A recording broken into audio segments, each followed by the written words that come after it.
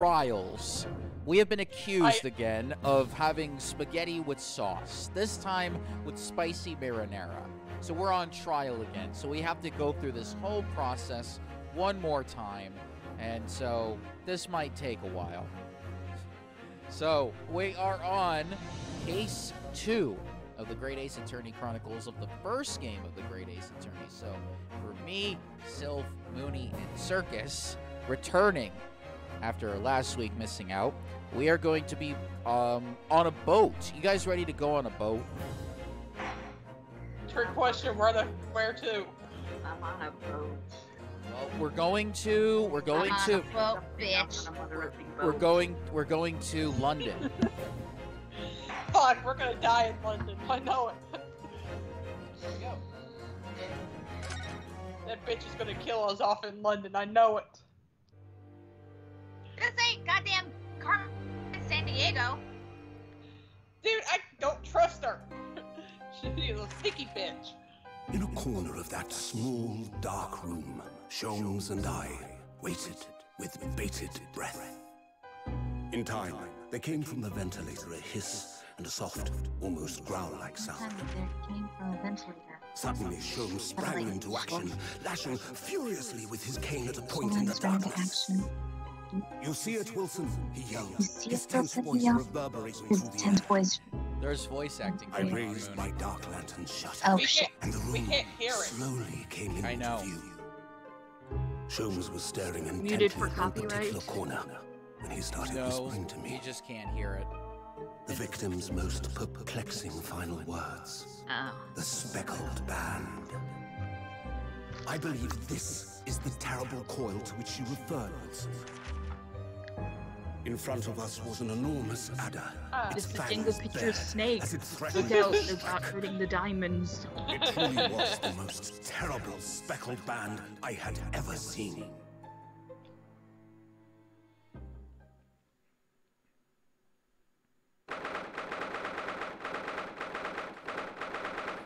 Oh God, 6:30 on a boat and in cold winter? No, thank you. Yikes.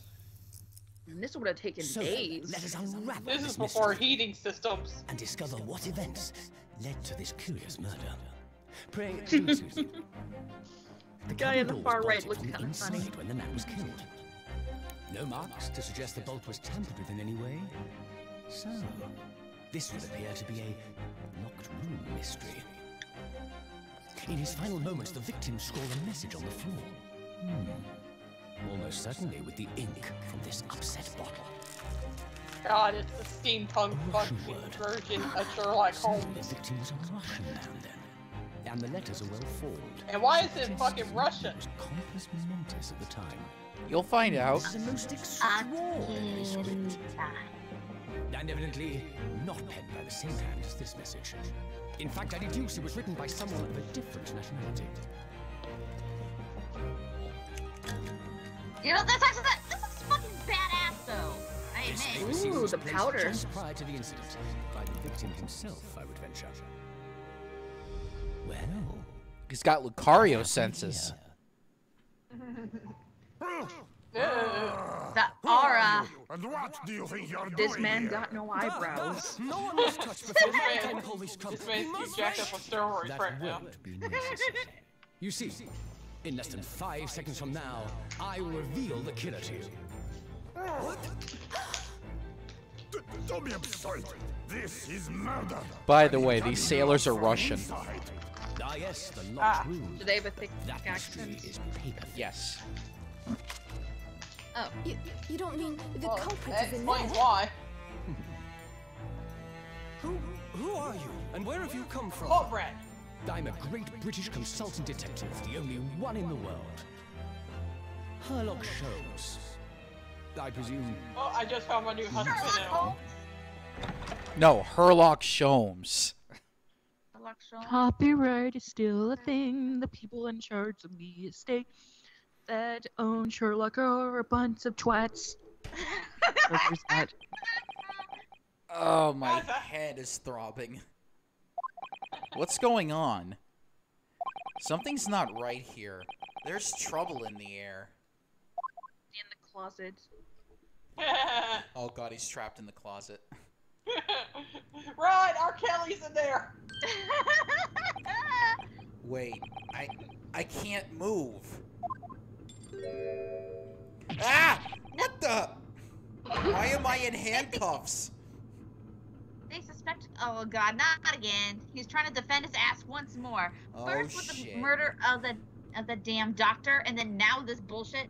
Ryunosuke, what the hell did you do? What the hell? You got that bad luck on your side, boy. Oh That boy went shit! to a- Here we go again. Yeah, that boy went to a fucking like bachelor party. This is what happened. It's like they're always trying to find ways to accuse him of being the murderer. So, you wake up now. Hi, Dr. Claw. Alright. Circus, you want to play the sailor? I don't know how to do a Russian accent. Well, then don't bother. Don't try to. Just... We had to drag you out of the wardrobe. Okay, Sailor Toad.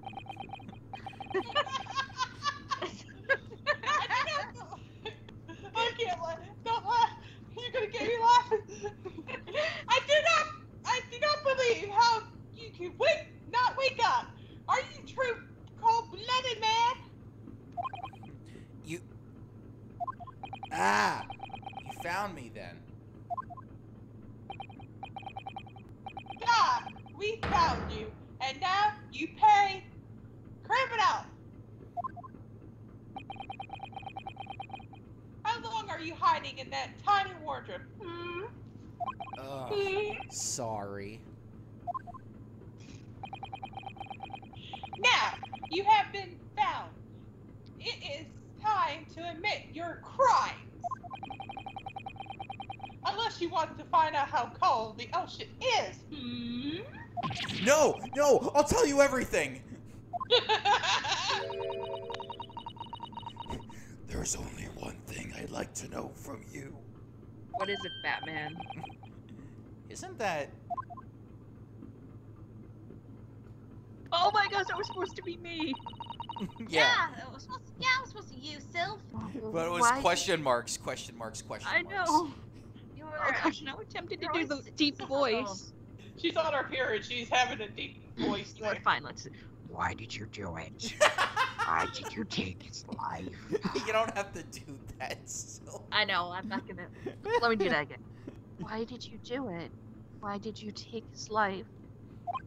Miss Sasanto! Wait, what did you just say? Take his life?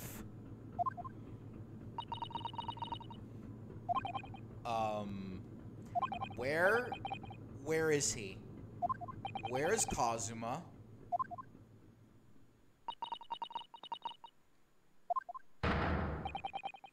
Ha! You pretend you do not know. You are a wolf in sheep's quilt. You are the killer. Try not to make excuses. What? I just scared the fuck out of my cat, guys. Sorry. Kazuma-sama's body was discovered not long ago. Oh, crap. Here, in this very cabin, that was bolted shut from the inside. His body? Please. Do not try to tell us you are doing this terrible thing in your sleep. I was sleep murdering. Kazuma's dead? But he can't be. And these handcuffs. Surely you don't think I have to know. Why did you take Kazuma-sama's life? Answer me, please. Was it the headband? I know it was cool, but you didn't have to kill him. No! Kazuma. It was just 2 short weeks ago. Are you sure about this? Won't we get in trouble? Don't you find it fun being a stowaway? Besides, how else can you come to England with me to study? It was really something else when they brought your luggage in here earlier, though. The way that Russian crewman just tossed your traveling case onto the floor, I thought I was going to die. Yes, I still can't quite believe that. Someone's not getting a tip. I really didn't think you'd be able to fit inside my trunk. You must be even less of a man than you look. Oh! Hey! Damn, that's just... Honestly, I thought I'd broken every bone in my body. Big words for a man who carries a large sword on his side. Well, it's about 50 days until we dock in Great Britain. But if you confine yourself to my cabin here, I don't expect anyone will discover you. I hope not. I get the feeling those Russians wouldn't be very forgiving of a stowaway. They're a sturdy bunch, that's for sure. What I want to know is, why do we need to keep it a secret from the young lady? From our faithful judicial assistant Mikatoba, you mean? From your close friend, more to the point. Surely we could confide in her, couldn't we? I don't believe she'd give me away. No, but if she knew what we'd done, that would make her guilty by association. It's best that only you and I know about this. I suppose so. Anyway, it's about the time that the steward is supposed to come and clean the cabin. I know it's cramped, but you better get in there, I think. It won't be for long. And anyway, compared to hiding inside my traveling case, it'll be a breeze. Yes, but what if the steward decides to open the wardrobe for some reason? Then I'll be in for it. Stop worrying. I tell you what, why don't you write "keep out" or something on this piece of paper? What? Then I could stick it over the wardrobe doors once you're inside. I don't know. We've only been at sea for about 15 days. How can this have happened? We were supposed to be going on this adventure to England together.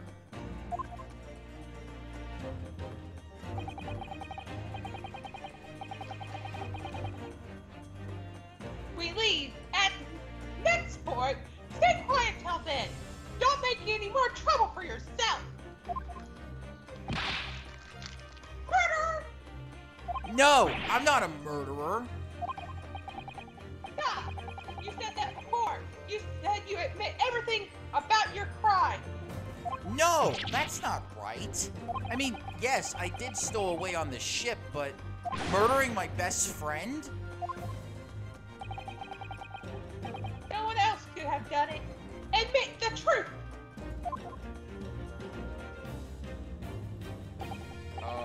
Sasato-san. Please, tell me what happened. I need to know. Very well. But there is something I would like to ask of you, too. She's still gonna ask the question of why he killed Kazuma. Those eyes. She's looked like she's ready to destroy me. This nightmare is getting worse by the minute.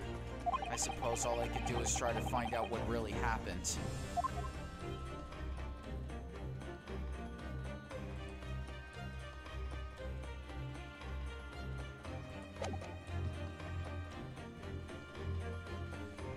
So those are our options. We can examine the room, we can converse, we can move, and then we can present evidence. So this is basically the investigation portion of the game. Okay, here we go.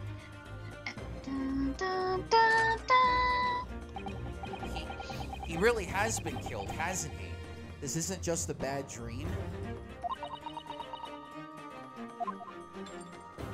And these handcuffs, they think I did it? They think I'm Kazuma's killer? When they found him, the cabin was locked from the inside. What do you mean? There's no access to the cabin via a porthole window, and the bolt on the door can't be operated from outside. In other words, after the crime, the culprit couldn't have escaped these four walls. What? Or to put it another way, the culprit can only have been somebody inside this cabin. Or do you have some other explanation? This is impossible. How did he die then? What happened exactly?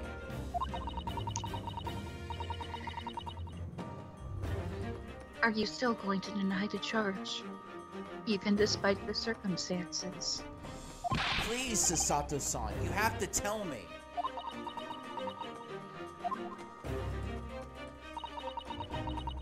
The cause of death is still undetermined. They don't know how he died? The ship's doctor is examining the body, but of course, he has no post-mortem analysis experience. I don't suppose we shall learn more until an expert has been consulted at our next port of call. So presumably that means there were no obvious external signs of injury then? That's true, yes.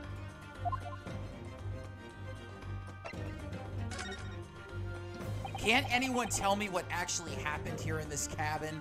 I don't understand it. Why would anyone want to kill Kazuma? Presumably that's something you know the answer to better than anyone. Please. Whatever you say, you were here in the cabin after all. Well, yes, I was, but...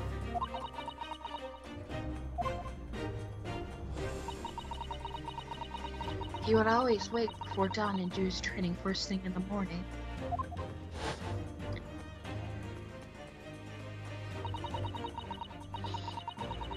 I was waiting outside his cabin, as I have every day so far in this voyage. But this morning, he did not come. I could sense that he wouldn't. Does that mean he was already dead when Sasato-san arrived at his cabin door, I wonder? I knocked, but there is no reply. Then, I started to become worried, so we had to find a member of the crew.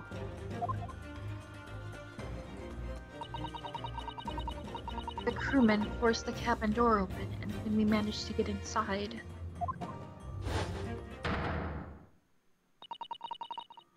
There was Kazuma-sama collapsed on the floor.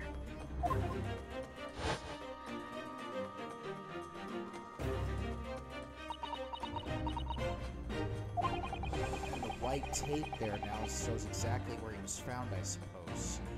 I had no idea anything had happened. I must have been asleep in the wardrobe somehow. I wish it wasn't the case, but that's just very hard to believe. This is all very hard to believe for me, too. Trust me.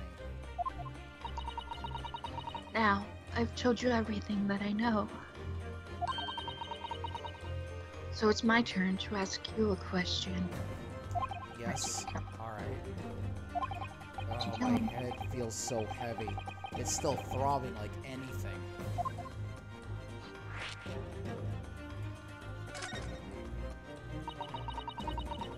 Why are you even on board this ship, Naruhodo-san?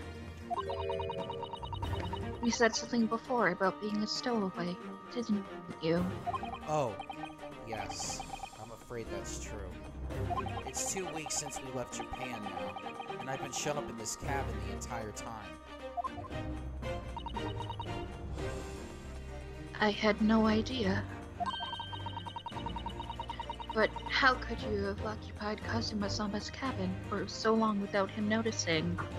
No, no, no! That would have been impossible, obviously.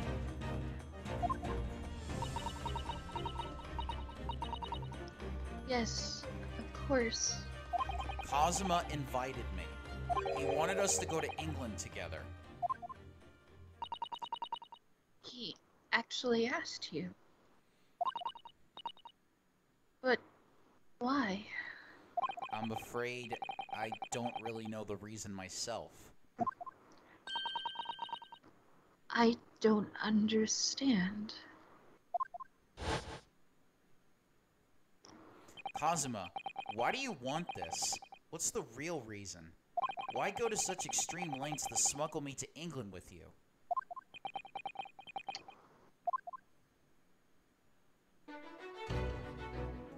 It's an idea that's been on my mind ever since the end of that incredible trial. I think I told you then, didn't I? That you ought to become a lawyer yourself. Well, yes, you did say that, but I didn't think you were serious. You have a talent for it. I can assure you of that.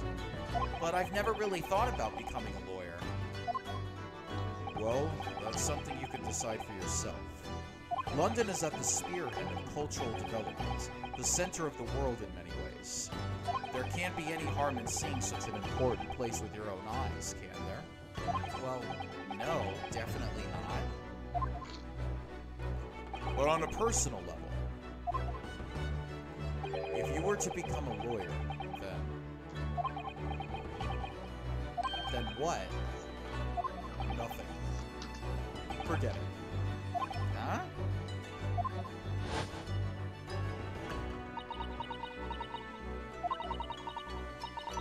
Kazuma-sama he was always saying the same thing. That he wanted to change the Japanese legal system.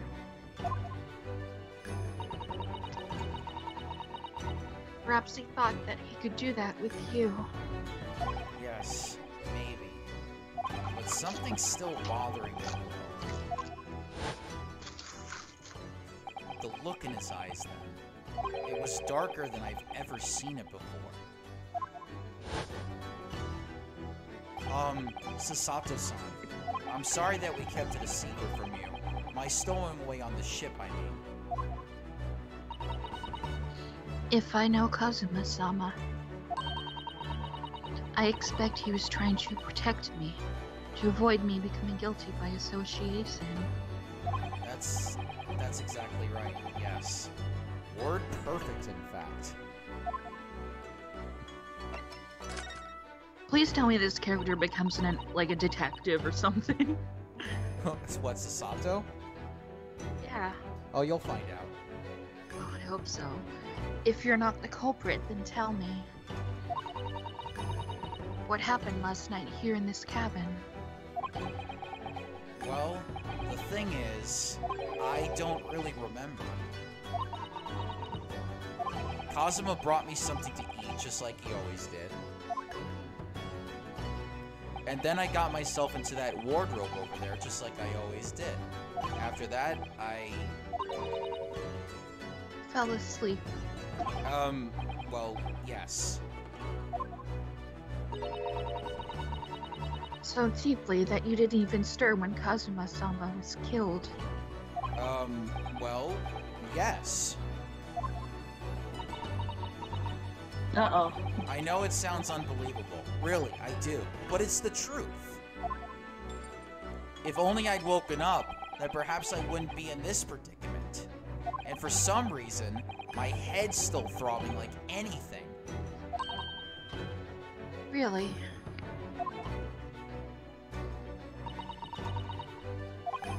Is something wrong? Oh, no, it's...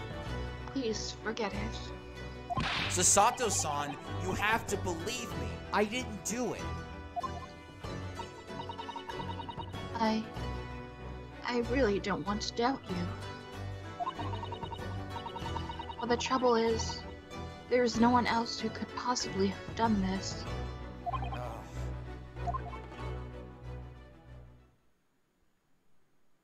Kazuma, I don't understand. Why? Why did this have to happen? I can't take this. Don't try to go anywhere. You're the perpetrator of this crime. You can't leave. I can't allow that to happen. I'm sorry, but Kazuma was killed right under my nose here, and I didn't do anything to stop it. And now I'm supposed to just sit around, my hands tied, while whoever did this walks free? No, I can't allow that to happen. Well, what do you propose to do, then? I'm going to investigate. I'm going to find out exactly what happened here.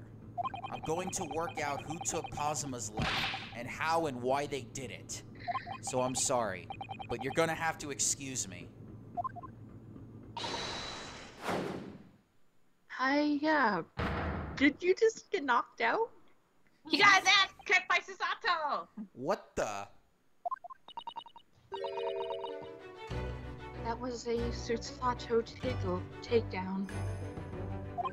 Susato, what? What martial art form is that? Burn the witch! I'm going to need you to prove it.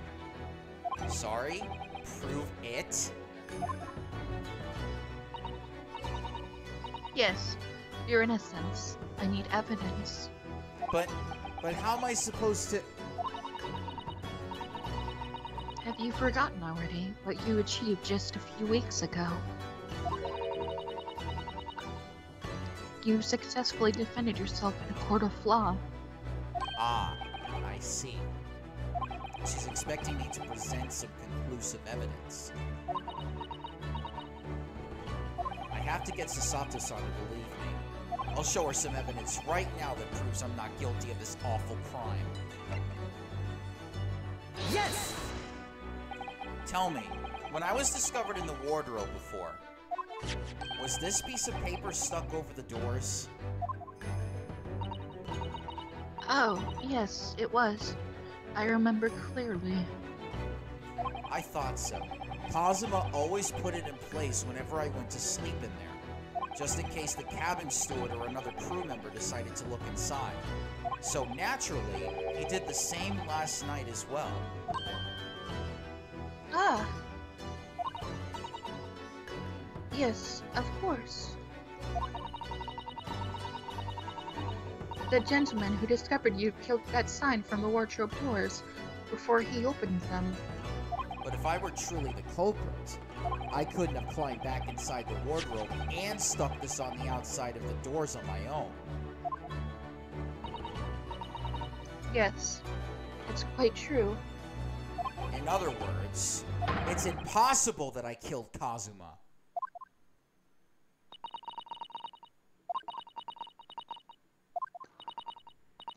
Well, even if you are sprawled hopelessly on the floor,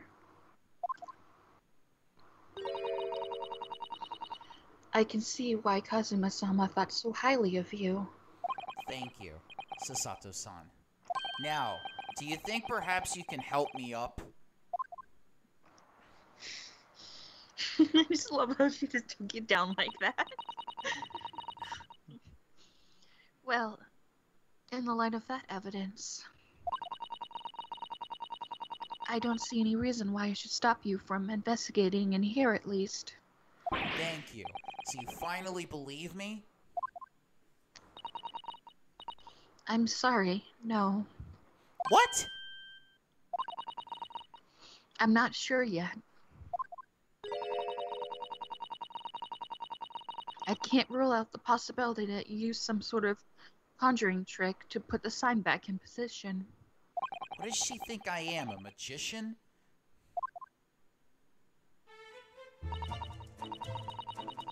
For now, I suggest you investigate as thoroughly as possible here. I'll do the same. Alright, let's get to work, Susato-san. Please don't misunderstand me. I still have my doubts. Oh. I shall be watching you to make sure you do nothing that might disturb the crime scene.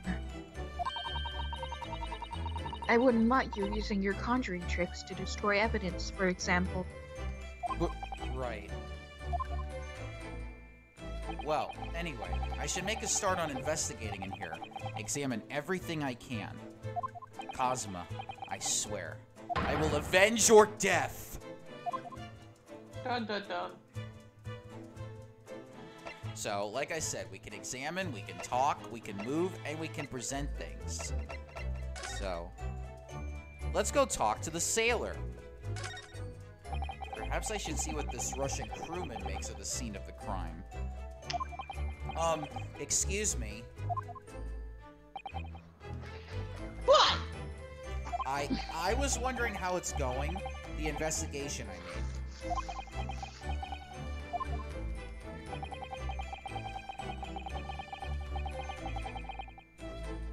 Grandmother told me Japanese people do not make jokes, but it's not true. I see. Sorry? The criminal's asking the investigator for information about his crime. Very funny. Oh, it wasn't supposed to be a joke. He doesn't appear to be laughing either. He's convinced you're guilty. He might have useful information, though. I have to keep trying. So, last night, did you notice anything out of the ordinary at all?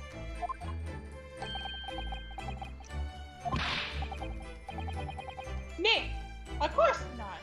Now, back to the corner of the room and make silent. I say, no more to you. Did I hit a nerve? Just for a minute there, he seemed a little flustered.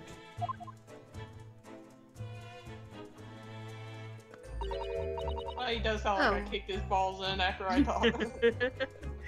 Oh dear, that won't do. You're doing the Toad voice. Yeah. I can't tell you how many times I've been on the ship and the other crewmen kicked me in the balls. My voice has ended up like this the most of the time. I mean, to be fair, I'm pretty sure this is also around the time where, what was it called? They castrated, like, boys so that they kept their high-pitched voice. So what if he's a failed singer from that, too? Oh, God. Oh. Yeah, let's go with that. Oh, what's the matter, Sasato-san?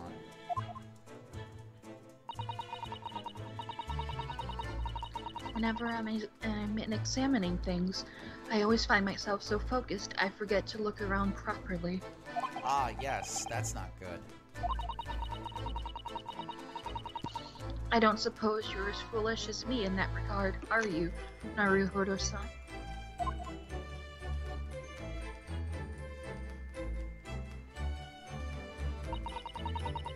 I'm sure you're careful to go all around using control pad, aren't you? Control pad. What else do you call it? I love that though. I like how you said that though. Fine, control pad with the left highlighted and control pad with the right highlighted. Now, let's investigate all corners of this cabin. Yes, let's do that. I suppose my field of vision has been rather small until now.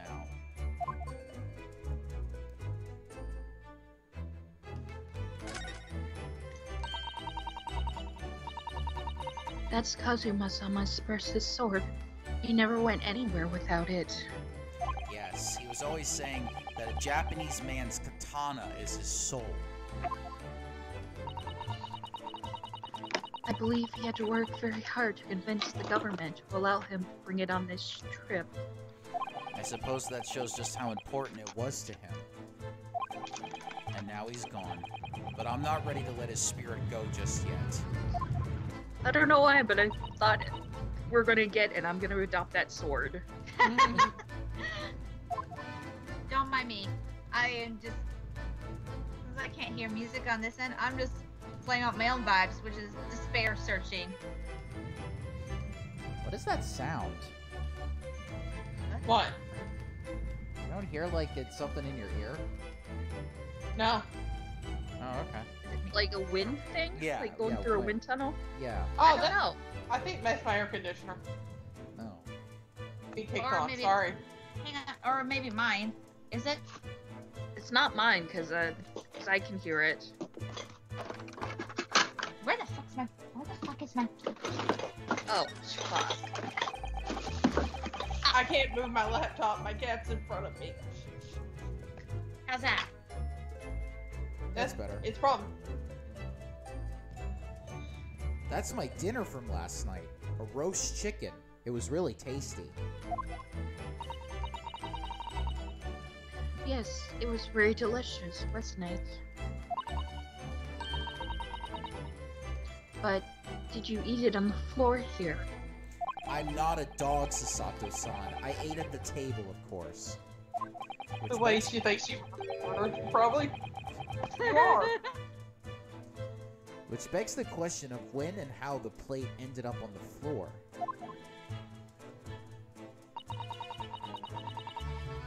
But Kazuma-sama didn't like chicken at all, did he? No, that's right. So he didn't touch it. Which meant all the more for me.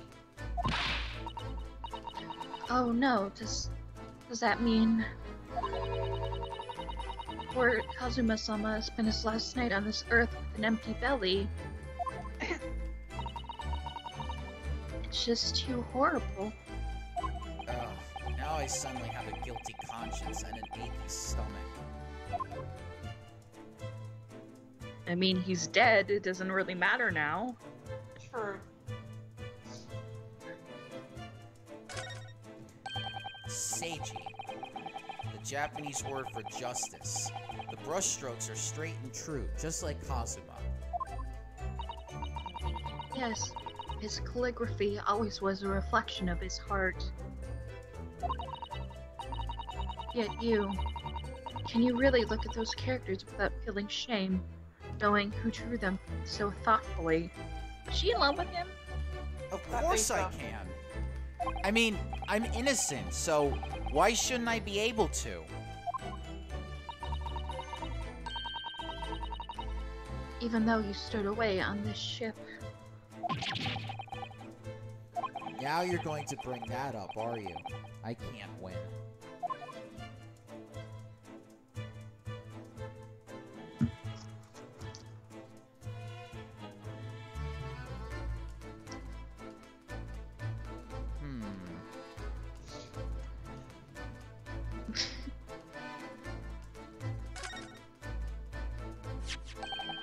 What do you think this is? It looks like a broken piece of glassware.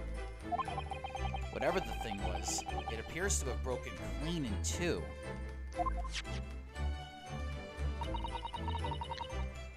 The glass is such a beautiful color. It looks like a cute little Netsuke fastener from a kimono outfit. I'm not sure that sounds like Kazuma. He wouldn't have secretly carried a cute little trinket like this around with him, would he? And the mark besides it, what is it, I wonder? It has a sort of brick-like hue. Yes, you're right. It is the color of brick, isn't it? Even though I don't see anything of the same color anywhere else in the cabin.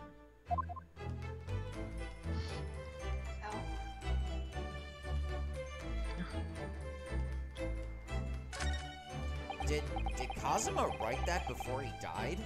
It looks like it's written in ink. He must have knocked the ink pot from the desk when he collapsed on the floor.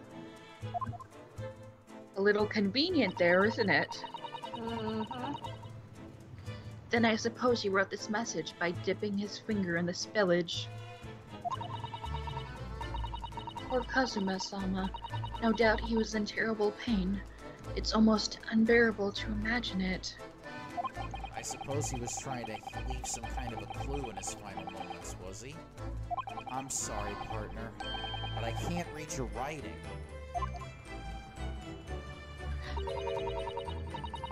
I don't think that's Japanese, Naruhodo-san. What? Then what language is it? It pains me to admit it, but I don't know. It's not a foreign script I'm familiar with. What does it mean, I wonder?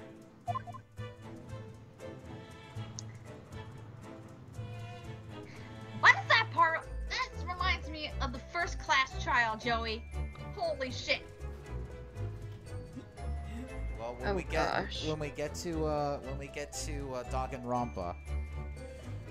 All right. That's a very large tree. Oh, what were you gonna say? I said I just had a bit of a flashback of that though. That's a very large traveling case, isn't it? Yes. Get out of here, bat. It carries a lot of memories for me. Memories? What do you mean? Well, that's actually how I stowed away on this vessel. I was brought on board inside that case.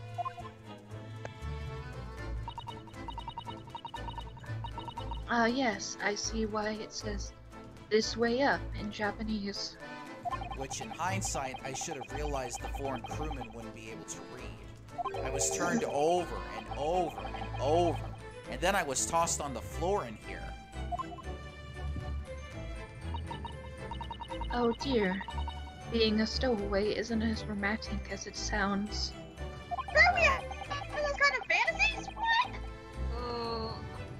Well, it was less painful than a Sasato takedown.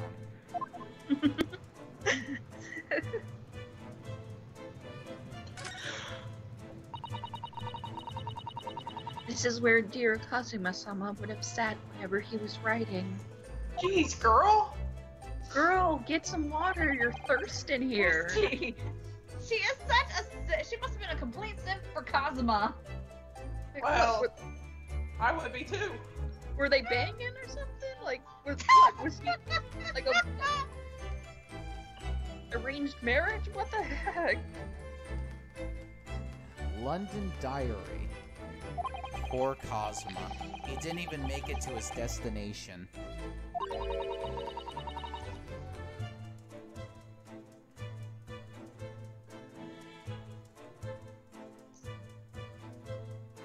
It looks as though the last entry is incomplete.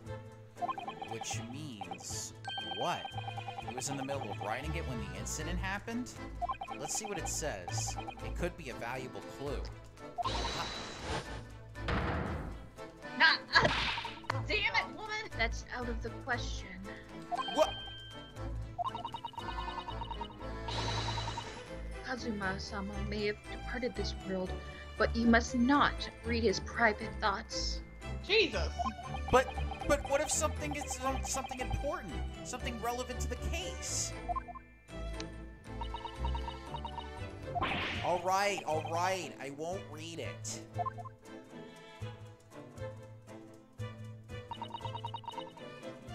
Or Kazuma-sama. I don't like prying into people's personal matters either. But in this case, isn't the need for clues more important? I mean, hey, for all we know, he could have got into a fight with a crewmate that said they were gonna kill him. They could have written about that. Or they could have just been upset how heavy his fucking luggage was. Who knows? These are the rules of passage for travel aboard the SS Furia.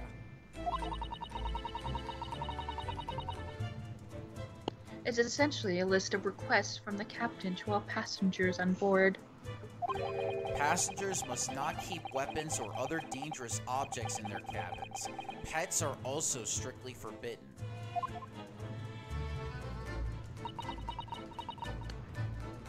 What? Why are you staring at me?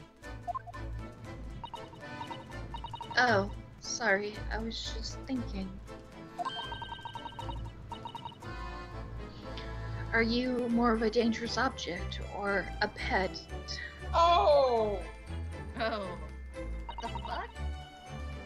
I can't decide. Well, one thing's for sure. Either way, I wasn't supposed to be in here.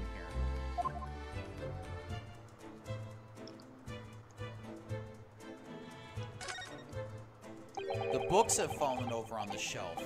Look, they've all toppled the same way. And what's this? A statue of some god of the sea. Although he's fallen over as well. Yes, it's almost as if the whole shelf has been ransacked and everything mown down at once. I wonder if perhaps it was Kazuma-sama doing his morning sword training. Do you think? I seriously doubt it. Then perhaps it was you, Naruhodo-san, in a fit of rage. I wouldn't have bothered leaving the wardrobe just to mess up a few books and a statue. Could the way these things have been thrown about have anything to do with the case, I wonder?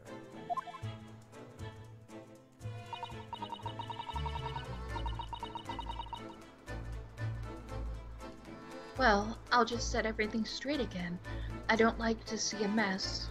Bitch, Wait. that's tampering with evidence! What's that? Oh, what the? That's tampering with evidence! Head empty. That's the only defense. Wait, no, head not empty. Head full of the friend.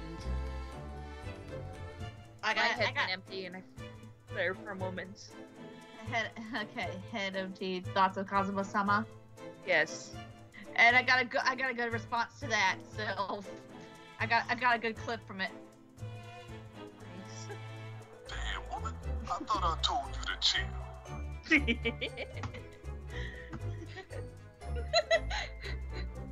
Get her some green tea.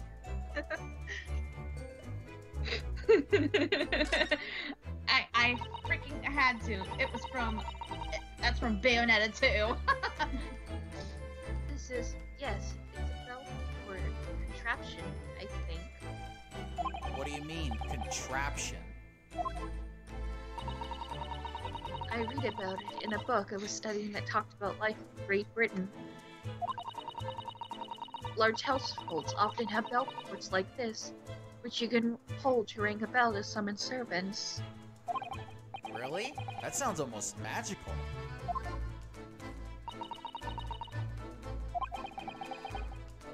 Shall we give it a little try? Yes, in the interest of cultural research, obviously.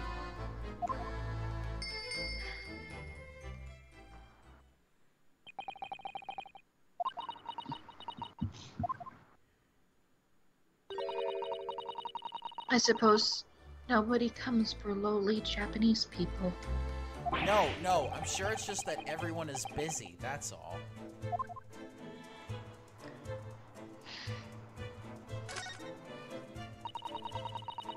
I think that's some kind of opening for a ventilator.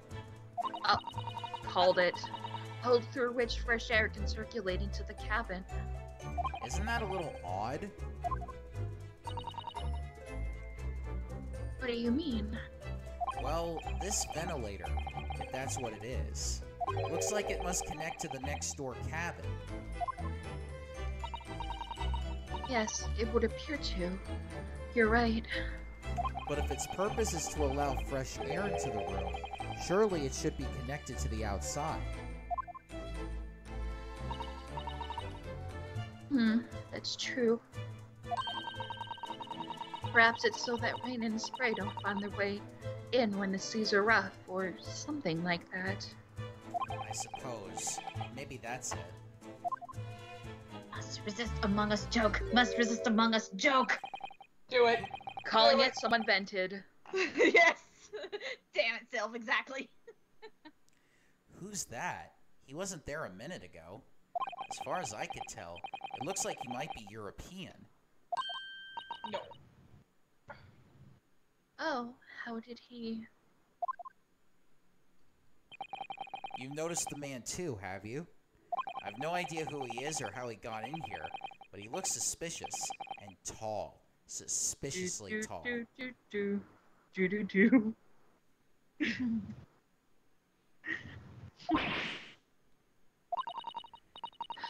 Arihoto-san, don't tell me. Do you really not know who that is? Well, no. I don't have any foreign friends or acquaintances at all. He doesn't look like a member of the crew. There's something very unusual about him. And is he investigating Kazuma's desk, or is he just playing on it? I can't tell. Well, in that case, we simply must talk with him. Am I just imagining it? Or does the Sato-san look almost uncontrollably excited? Damn, woman. I thought I told you to chill. By the way, I expect that you've noticed already, but just in case. If you press A button on people when they're in the crosshairs, you can converse with them. Alright then, I'll get that suspiciously tall gentleman in my sights and see what he has to say for himself.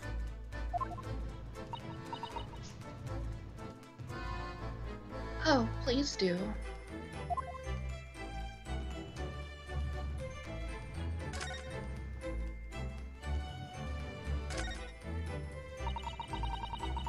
It's some 2 weeks since we set sail from Japan. Have you really been living in that wardrobe the entire time, Naruhodo-san? I think living isn't quite the right description. Kind of an understatement. Oh no, I suppose not. Man, he must think. Although it must have been rather exciting making this voyage in your own secret hideout. The trouble was, I never knew when a member of the crew might come in. So yes, I did basically have to live in the wardrobe. And last night was no exception. But because of that, you had no idea what was happening out here in the cabin. No, sadly not.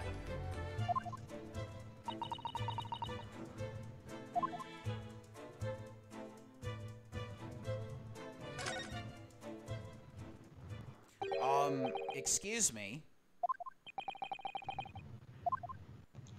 Excuse me! Do you have a moment? Shh! This is a critical point in my investigation.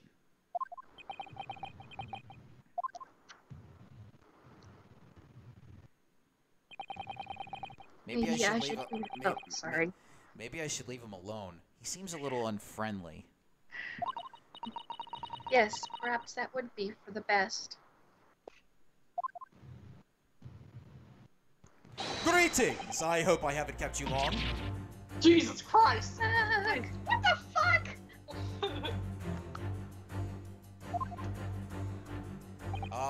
What exactly were you doing on Kazuma's desk just now?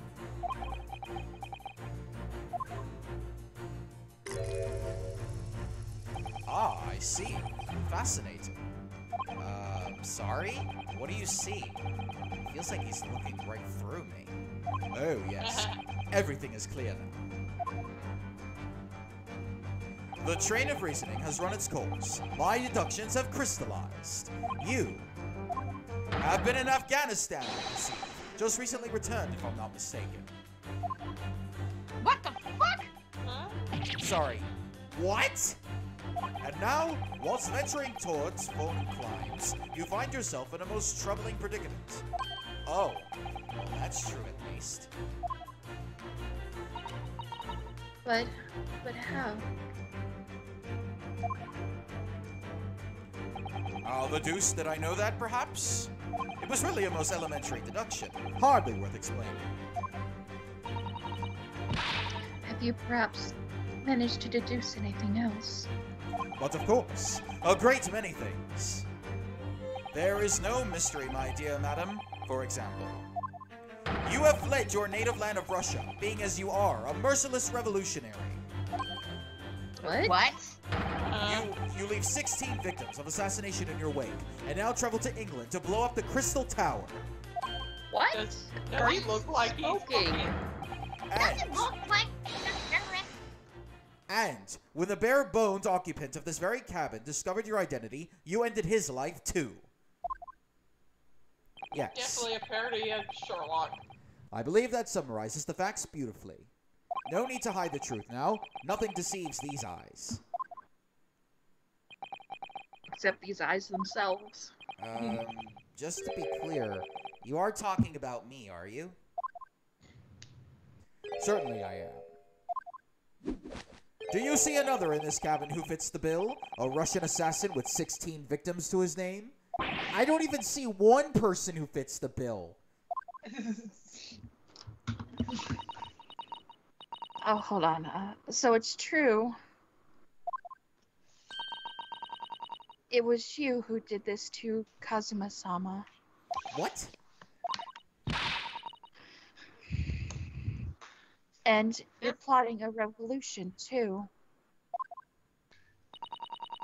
Is everyone It's smoking crack? Behavior, Naruhodo-san. Absolutely wicked. No.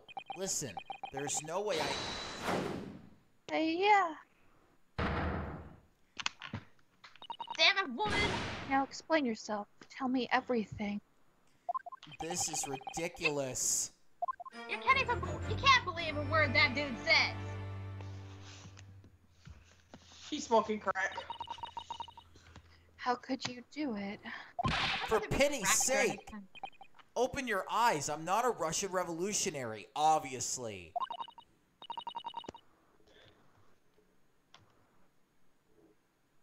Hold on. Oh, forgive me. And as for you, what kind of deduction was that? You were just saying the first thing that came into your head. Ah, but was I not right?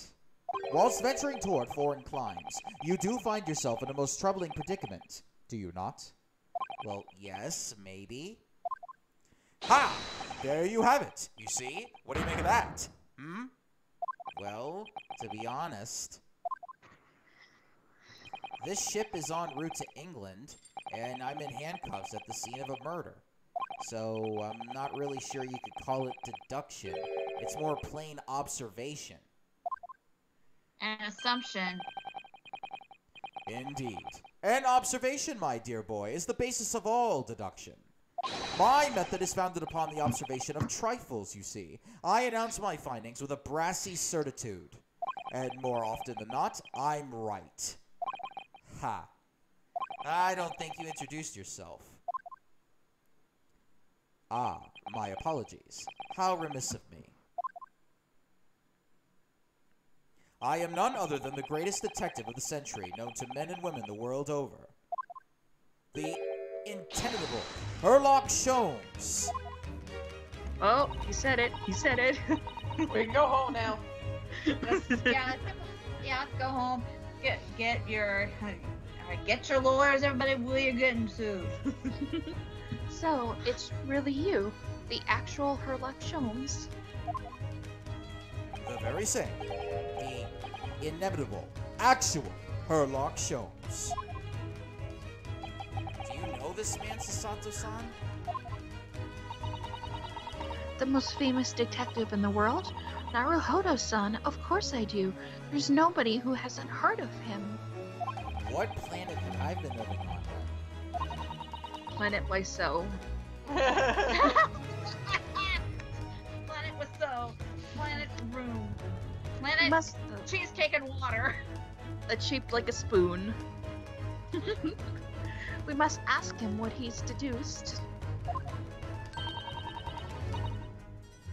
He will have worked out the entire case already, I'm sure. Really? Why do I feel uneasy about this? Because he's gonna forever suss you. So, you're a great detective, are you? Sorry, what was your name again? Indeed, I am none other than the one and only Sherlock Holmes. Oh, I see. You're German? Sherlock, was it? No, I have no hair. I mean, I have hair. Please, call me Holmes. You can read all about my exploits in this exciting London publication. Oh yes, Rand's magazine, full of wonderful short stories and interest articles from Great Britain. I'd never miss an issue. I have it sent from England especially. Ah, yes. Here it is. The Adventures of Sherlock Holmes. So, you're the protagonist in a series of short stories, then? Indeed I am. And you've read so many of your own stories, you've started to think you really are a detective? Make no mistake, Wait. I'm not the poor, deluded fellow you take me for. Your inference is backward. Backward. My trusty biographer records my greatest detecting achievements and chronicles them in the magazine. You have a biographer, do you? Doesn't everyone? Mine goes by the name of Dr. Wilson, presently keeping shop in London. Dr. Wilson? I must say, thanks to that publication, I've been fantastically busy of late. Why, this very moment I am returning from Asia, having solved the mystery of the cursed royal crown. Really? I can't work out whether I should take this man seriously or not. Do it. Deduction, you see, is to me a science. Logical reasoning in its purest form. A science? Really? The astute observer notices even the most subtle of reactions in a subject. A furtive glance, a twitch of a muscle, a slight inclination of the posture. Fingernails, arm sleeves, furrows in the skin, all these things are data. Right. And the trained logician makes deductions from this data in the blink of an eye. We're in a wind tunnel again. Sorry. It's okay. Try I'm muting sorry that yourself, your Circus. assistant was killed by some crazy bitch. The ultimate conclusion is, without fail, the truth. As I demonstrated only a few short moments ago. How can he look me in the eye and claim that? So you see, I have a turn both for observation and for deduction. And fame. That is what makes me the one and only Herlock Sholmes.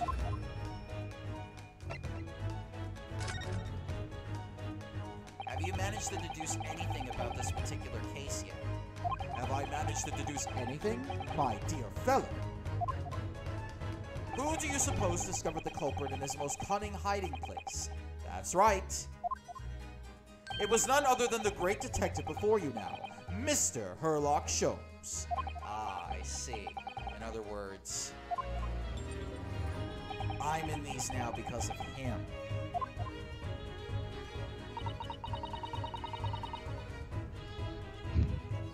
When I became anxious about Kazuma-sama this morning, I summoned all of the crew members to force the cabin door open. And I concealed myself among their number, gaining entry to the scene of the crime. Yes, luckily for everyone, the great detective Herlock Sholmes was on board. And the handcuffs seem to be an excellent fit, Mr. Naruhodo. The very moment I laid eyes on the scene, two facts were immediately apparent to me. Oh, really? Two facts, you say?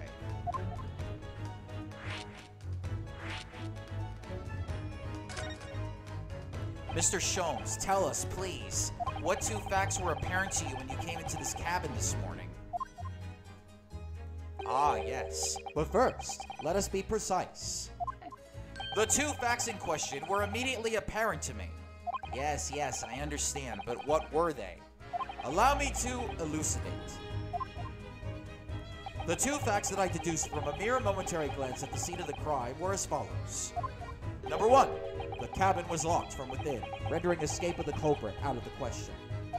Number two, the victim was Russian and killed following a dispute with an acquaintance. Hold on, Mr. Sholmes. What made you think the victim was Russian? Observe the dying message left by the victim on the floor. That is the Russian word for wardrobe.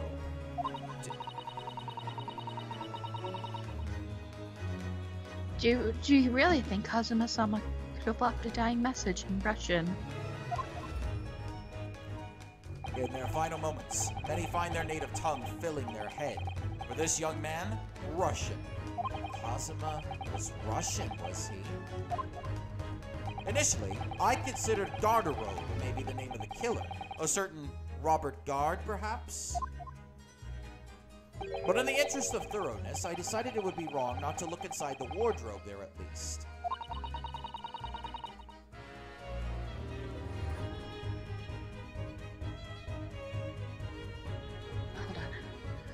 where you found Mr. Naruhodo sleeping soundly. Quite so. I found you, the renowned Russian revolutionary killer. Why is it that I'm Russian too? I observed that you were wearing the same attire as the victim. In other words, you were acquainted. And if my memory serves, that outfit is the traditional dress of the Russian people.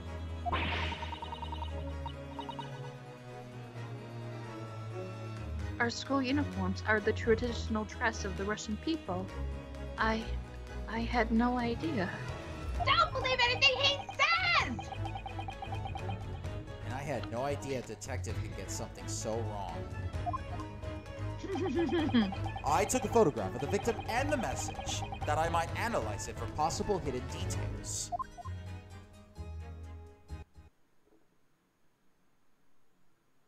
This was taken immediately after the young man was discovered, before the body was removed. Yes, Cosmo had already been taken away when I woke up. This is the first time I've actually seen him like this.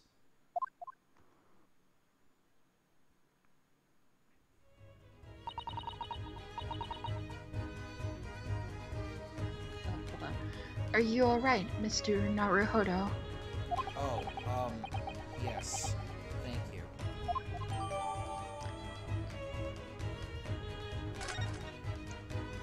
Can I ask you something, Mr. Sholmes? What, pray? You mentioned Russia before as well, didn't you?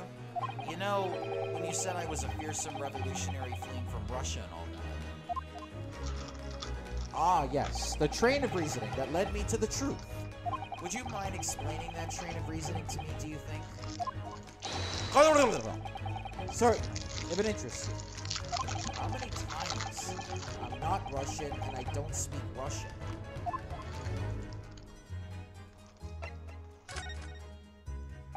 Can we talk about your deduction before? The things you concluded about me, I mean. The now famously accurate, troubling predicament you find yourself in? Actually, it was the other details that I was more hoping to discuss. You know, the merciless Russian revolutionary and assassin of 16 part? Ah, yes, the more sordid details. It was a fairly commonplace deduction. Here we have this morning's paper. The main headline reads, Revolutionary villain Bolshevik flees Russia via Shanghai. This vessel made a port call at Shanghai yesterday, and last night the young Russian was murdered. Since when was Cosima a Russian? It sounds like Mr. Sholmes has included he was Russian because what Kazuma-sama wrote on the floor. It was a simple act of reasoning to realize that the culprit of this crime was the same merciless revolutionary. One who would kill the very man who helped him to escape after his true identity was discovered. Yes, you, villain Bolshevik. No, no, no, how could it be me? I don't look anything like this man. Just look at his face. Well, you are a fearsome revolutionary after all. Therefore, you have no doubt learned to revolutionize your appearance as well. What? How the fuck is that even possible? And I might add, your name does not appear on the ship's passenger list. Need I say more? Well, that's because I'm a stowaway.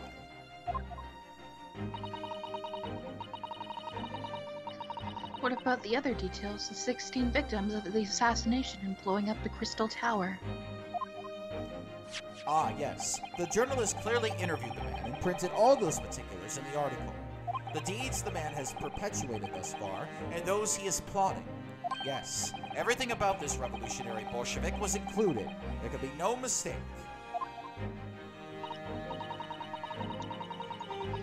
Do revolutionaries usually agree to interviews with newspaper reporters? I wonder. And what about the part where you said I was just returning from Afghanistan?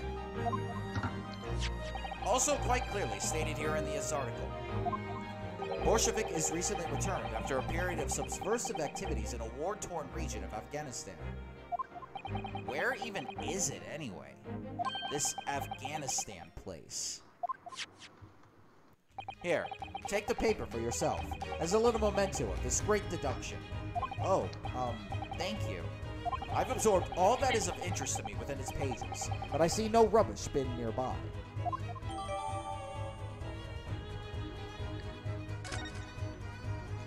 And you may find the article on the back page of interest as well. On the back? Cast your eye over it sometime if the interest takes you, though you may need someone to interpret. It's all written in Russian. I couldn't hope to read it. But I suppose it wouldn't hurt just to glance at the article. Maybe there might be a picture or two.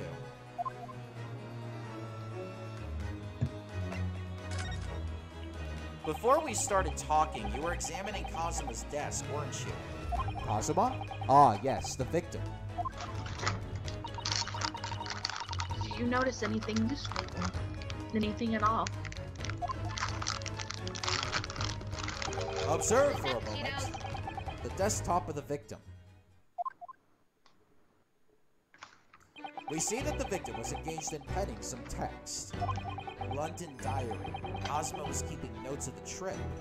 Ah, but I don't think you should read his private writings. It could upset people. What is that supposed to mean?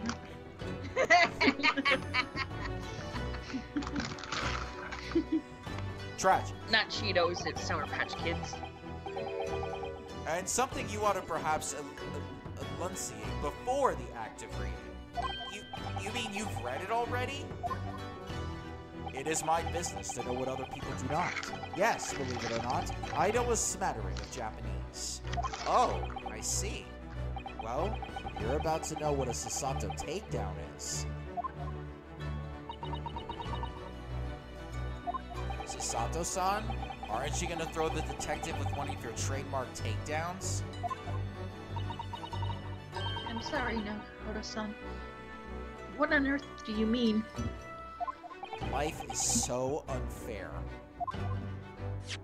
Anyway, to return to the matter at hand, namely this diary belonging to the victim. It would appear the final sentence is incomplete, as if the author were cut short. Tell me, what is the nature of the writing? Pray be precise as to details. Oh, but I thought you knew Japanese. A smattering, dear boy, a smattering. Sayonara, bonsai, mikado, nado nado. I trust you're suitably impressed. Ha. But this diary is littered with complicated-looking characters, of which I can read precisely none. Ha ha ha ha ha ha. Amateur. Yep. So what was all that showing off before then? You know, circus. You know, circus. We are in a wind tunnel again. Sorry, I can't figure out my settings right now. No, it's not wind and tunnel. It feels like it makes it feel like we're actually on the sea itself. Here, let me just mute myself. You don't have to do that. Here's the thing, I keep turning down my damn microphone. If you would be so kind as to show me, I would be happy to read it to you, Mr. Sholmes. Or right. I'm much obliged, my dear madam. The final entry here in Kazuma-sama's diary consists of just 2 short sentences. The first reads, 1:23 a.m. I can hear a faint whistling sound. A whistling sound? These are very deep waters. Pray, go on. The second sentence reads, 1:35 a.m. It looks like some sort of speckled band is dangling from the ventilator grill. A speckled band? What on earth does that mean? I have no idea. I have never heard that expression before. The ventilator grill, you say? The man was presumably referring to the lattice there on the wall, which connects to the adjoining cabin. Yes, the adjoining cabin.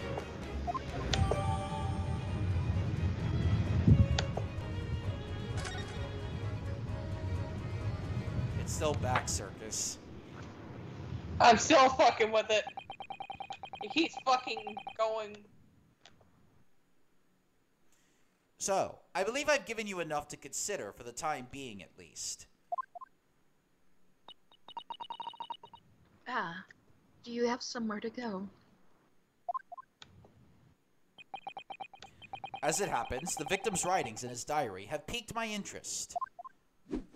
The matter warrants further investigation, I believe, and if I'm still too long, the seasickness takes hold. Oh, he's seasick. Got it. Oh, I suppose. You're thinking of investigating the cabin next door, which the ventilator connects to. Great detectives are a curious breed. Our minds rebel at stagnation. We crave mental exhaustion. So yes, I intend to investigate, hence the truth will become clear soon enough. Do you think perhaps that we could go with you? No, that would be somewhat complicated. What? But why? A simple glance at your wrist should reveal the answer. Oh, these. After all, you're the prime suspect in this matter. No? There's no point trying to turn it into a question. You're the one who decided I was the culprit in the first place. Whatever do you mean? I have no recollection of naming you as the culprit at any point. You must be joking! You just said it! Only a moment ago! Dear me, you are clearly misguided. I would have no cause to say such a thing. Well, actually, Mr. Sholmes, I did hear you say that too. You're quite sure? Well, that's very strange. I wouldn't have said you had the face of a criminal, you know. Not really. So what? Were you looking at my knees before? Some great detective you are. Well, anyway, that was then, and this is now. What do you mean? What I mean, sir, is this. If you are the culprit, then you must play the part more convincingly. Roll over and accept your fate. Ha ha ha ha ha ha!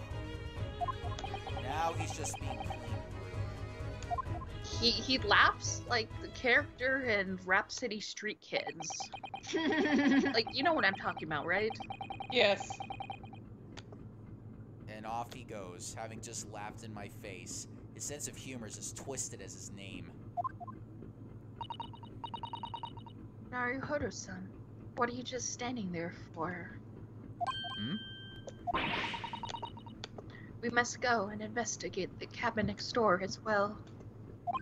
Aren't you forgetting something? What about these? There's no way I could... Yeah. She's continuing to kick his ass, man. After Kazuma-sama spent his dying moments struggling to leave us a clue, you're willing to give up. You're just going to roll over and accept your fate. Ugh, as if you gave me any choice in the rolling over part.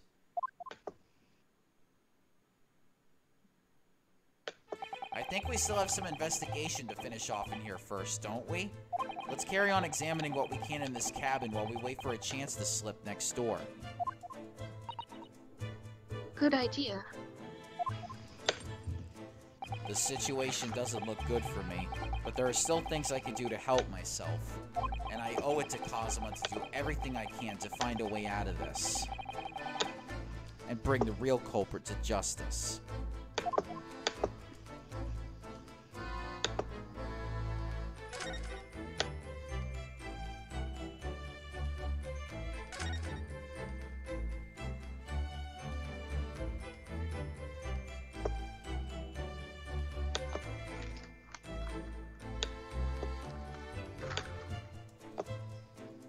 Trying to think what else that we didn't take a look at.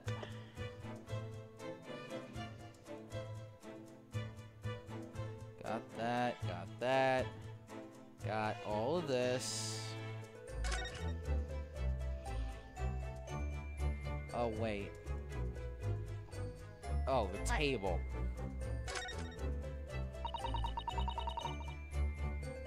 There's nothing on this table at all. The plate and cutlery are all over the floor for some reason. Yes, it's strange. Last night when I went to sleep, I'm sure everything was still... No, wait a minute. What is it? That's funny. I can't seem to remember anything about what happened after dinner at all.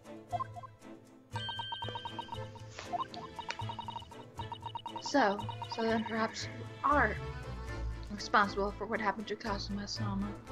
No, no, no!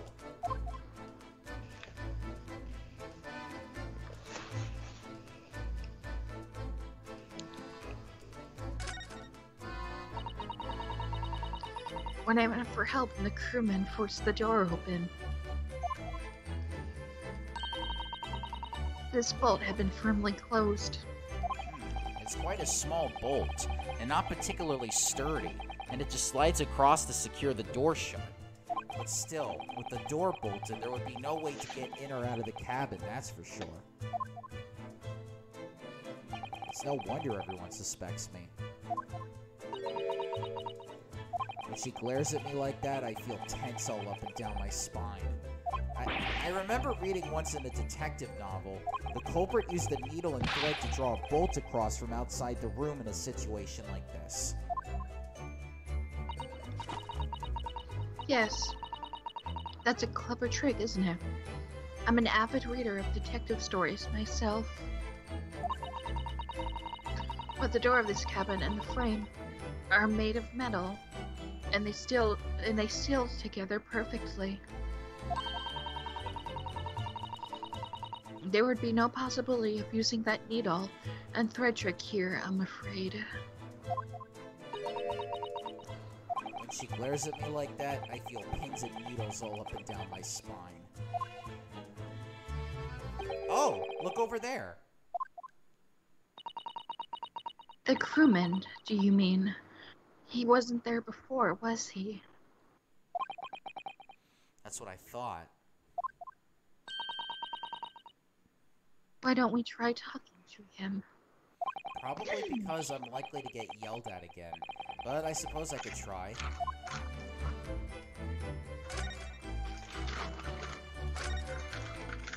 Is that? Is something wrong, Naruhodo-san? Oh, no, it's just that crewman standing by the door. I can't help feeling like I've seen him somewhere before. Oh yes, you're right. He does look familiar.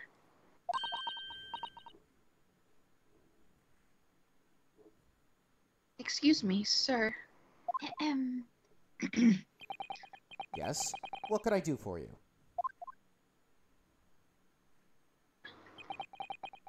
What? I recognize that face, but it can't be. Not this son of a bitch. And the cops are there. What the fuck? It is. I didn't know you were here, Inspector Hosonaga.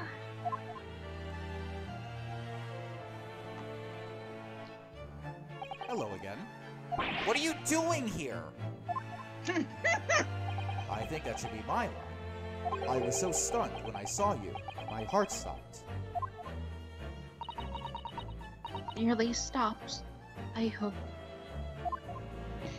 I received some special orders to go undercover as a member of the crew and board the ship. Again? You certainly seem to enjoy undercover work, Inspector. If there's anything I could do to help you, please ask. I never expected to see this man on board, but perhaps his presence can help me out of this hopeless situation.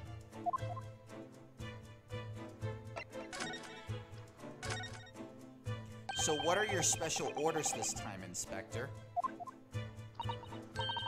Yes, and why are you dressed as a member of the crew?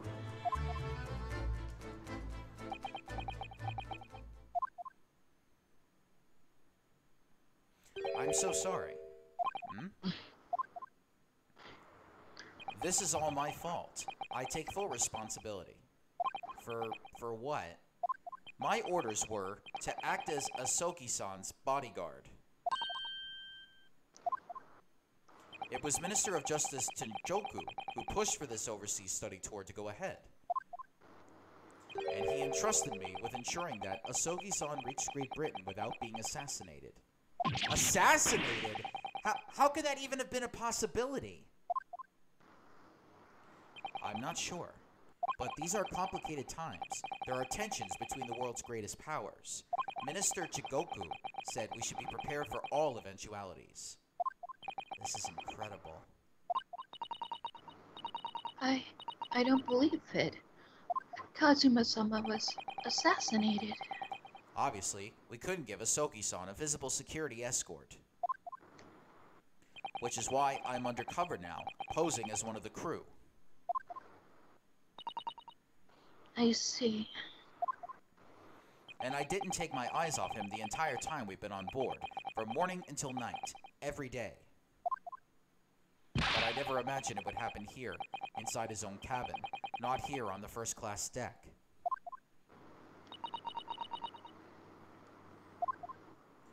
I failed miserably at my assignment, and Asogi-san is dead as a result. I'm a disgrace. All I could do is humbly apologize. Inspector. So if there's anything at all that I could do to help now, just say the word. We're doing what we can to investigate Kazuma's death ourselves. I thought you might be. You didn't do it, did you? You're not the killer? Of course not. We'd really like to investigate the cabin next door. Yes, so we need to be allowed out of this cabin. I'm sorry. What? You've been deemed a risk to the ship's safety. If you move to even touch the handle of the cabin door, that stormy-looking seaman there would surely snap your neck in two.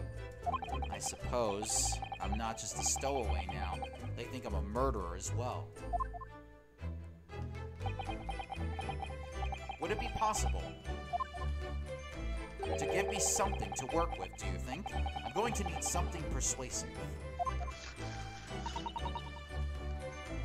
What do you mean?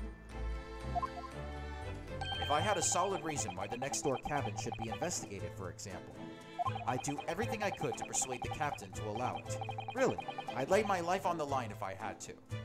But I don't see how...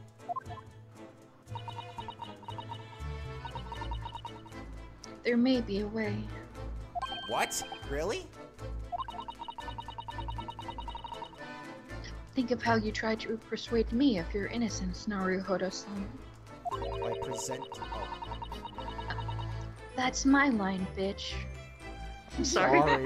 I said, please don't throw me again. I've already been thrown like 4 times. Don't do it, please. I beg of you. I would much rather get thrown into the shore. No, don't. Ah! Sasaki-san doesn't have to choke a bitch. By presenting me with a piece of evidence that you already had in your possession. Evidence? It's just the same as when you were in court. Must have done it many times during your trial. Simply select the present panel and choose some evidence that Inspector Hosonaga would use.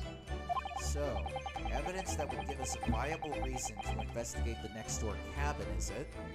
Alright, yes, I think I might know what we can use. Let's see if I can present the detective with the evidence he needs to persuade the captain.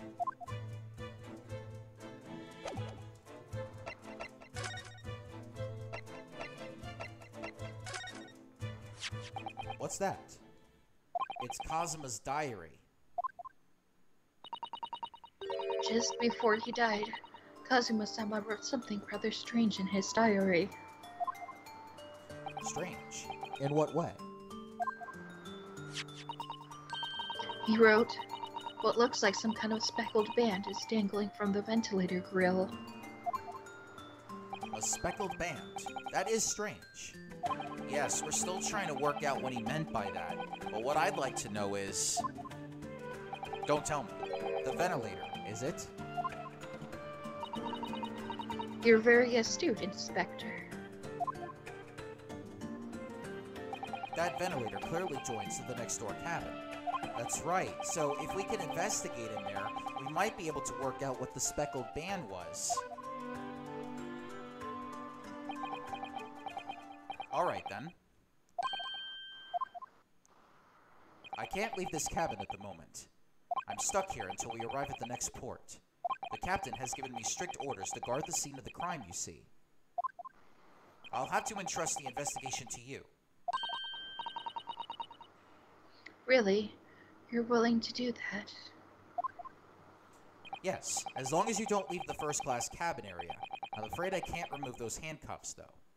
But what about the captain? Aren't you going against his direct orders? I'm a man of my word. And I promise you that I'll lay my life on the line if that's what it takes to convince the captain. After all, I failed to keep Asoki-san safe. This is the least I can do. Thank you. Let's seize the moment then, Naruhodo-san. Just select move, and we can leave this cabin at last. Alright, let's see what we can find out.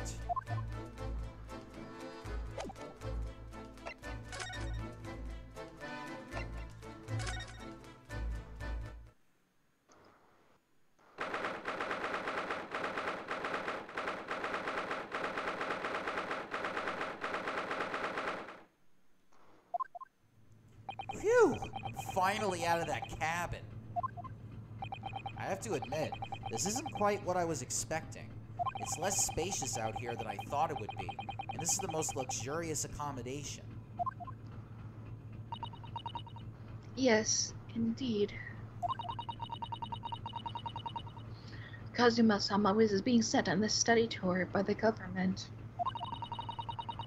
That's why he was being put up in a first-class cabin. Even still, this is about twice as large as my accommodation in steerage. Really? That must be awful. Oh, look over there. That's another crewman keeping watch, and he looks enormous, even if he is sitting down. The door next to him leads to the second-class accommodation. I suppose he's making sure that no one comes in here who shouldn't. I suppose. Like people in handcuffs? Naruhodo-san, you look like a little boy visiting a toy shop for the first time. I would have thought you'd be used to the ship by now. We've been at sea for 2 weeks already. Well, yes, I know, but the thing is, I was inside Kazuma's trunk when I first came aboard, and ever since then I've been shut up inside that little wardrobe. It must have been a very trying time for you.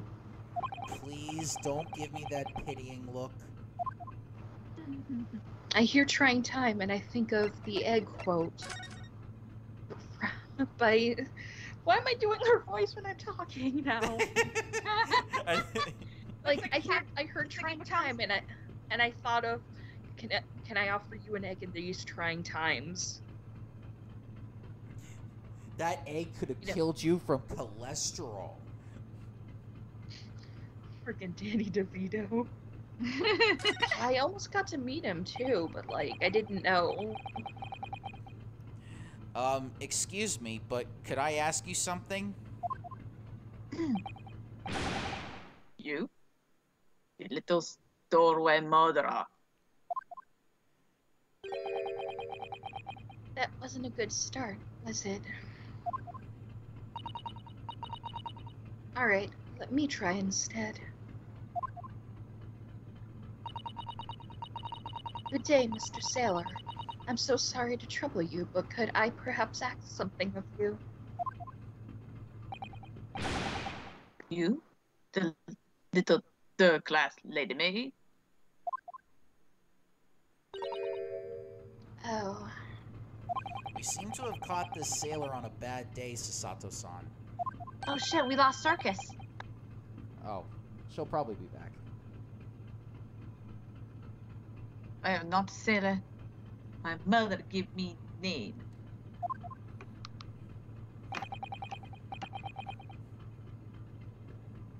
I am senior crewman. Beef Stroganoff. Oh god.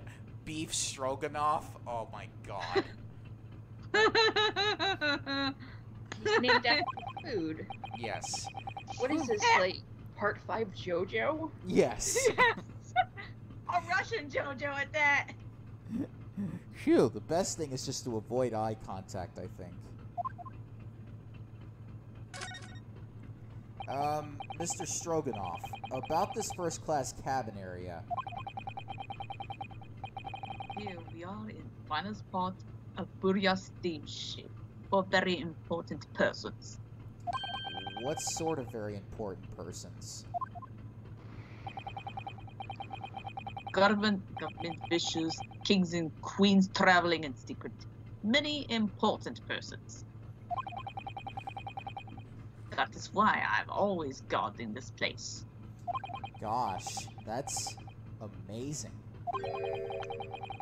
But somehow I let stupid stowaway inside. I want to pick you up and throw you in the ocean, but Stroganoff is not animal. Thank you? If I may, I was wondering... And is the cabin next to Mr. Asogi's currently occupied? Da. Sasato-san, did you understand that? It sounded like da. I think it's probably Russian for yes or no. Genius. It is not permitted to visit other cabins without invitation. Well, it sounds like there is somebody in the next door cabin at least. Yes, it's tantalizing.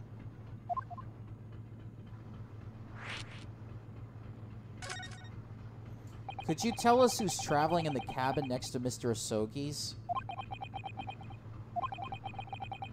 His name is Mr. Grimsby Royot.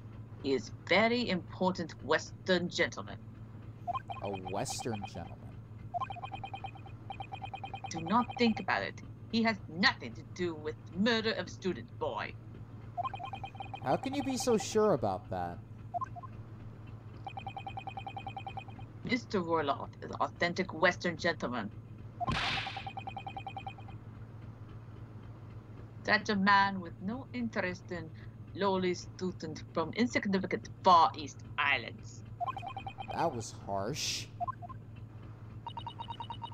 Could you tell us when Mr. Roylott came aboard?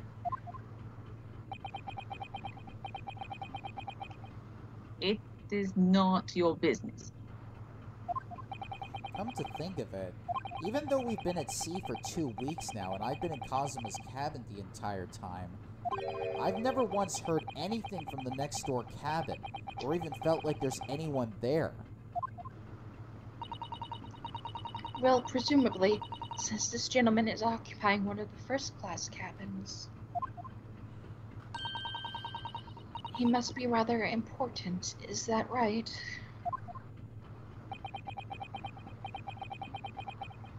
That is not your business. Well then, I guess I'll go fuck myself. Are you on watch here all the time, Seaman Stroganoff? like you cannot come in or get out. I wonder, could you tell us anything about last night at all?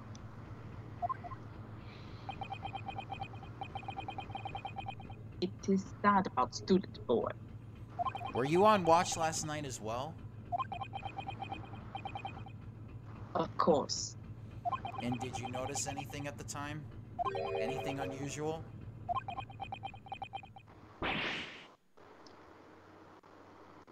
Hey. Niet. Sasato-san, did you understand that? It was clearly a no. I saw nothing unusual. Nothing at all. And you didn't hear any strange noises or sense anything was wrong in some way? I said no! Sorry. I'm not so sure. I could have sworn that he wouldn't catch my eye for a moment there.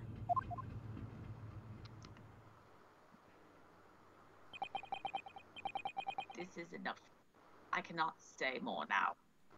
Oh. It is time for me to report to Captain. You must return to cabin. Yes. Alright.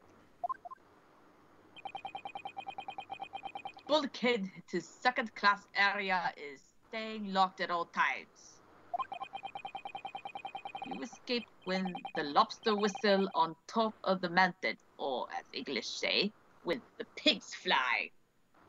Yes, I understand.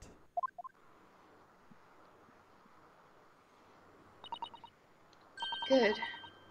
Now we can investigate this area properly, shall we? Definitely.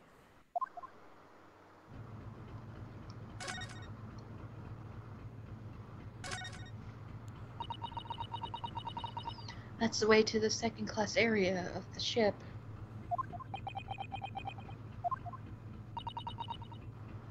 Is something wrong? I was thinking about making a run for it, just for a moment. Things aren't exactly going well for me. I might be wrong, but I imagine the moment you reach for the handle of the door, that burly seaman would surely shoot you dead.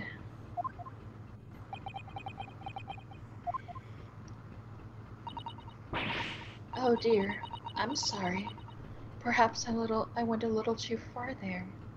No, I started it with my talk of running away. And there's no way I could run away while Cosima's death remains a mystery anyway. I thought she said she was gonna take him down again.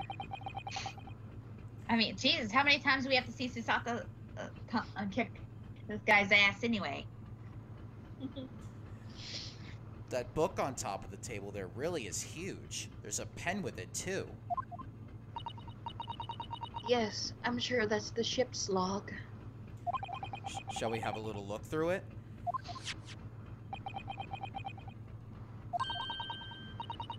The writing is so neat and precise, every detail about the voyage has been meticulously recorded.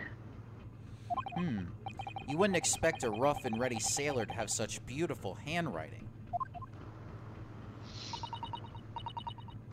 Anyway, look here. Last night's log is mostly blank. Presumably that means there was nothing to report. This looks like a plan of the USS Burya. It shows each deck. Look. The Burya is a large-scale steamship with a triple-skinned hull. What a marvel of engineering. Well, it's been playing on my mind for a while now, actually, but how is it that such a huge lump of metal doesn't just sink to the bottom of the ocean? Oh, that's really quite simple, Naruhodo-san. It is? Well, consider the Japanese archipelago. The islands of Japan? Yes, they're not metal, but they're enormous lumps of earth, many, many times larger than this ship. And they don't sink, do they? They've been floating happily on the sea since the gods created them. Well, I suppose so.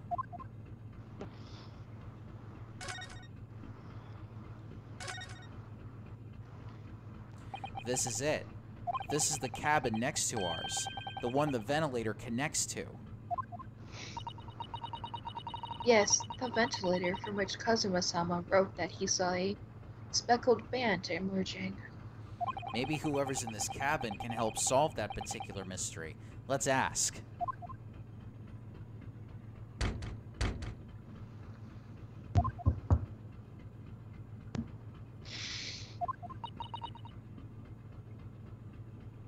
No answer. We're out of luck, it seems. There's no one in there to help with our inquiries. How annoying.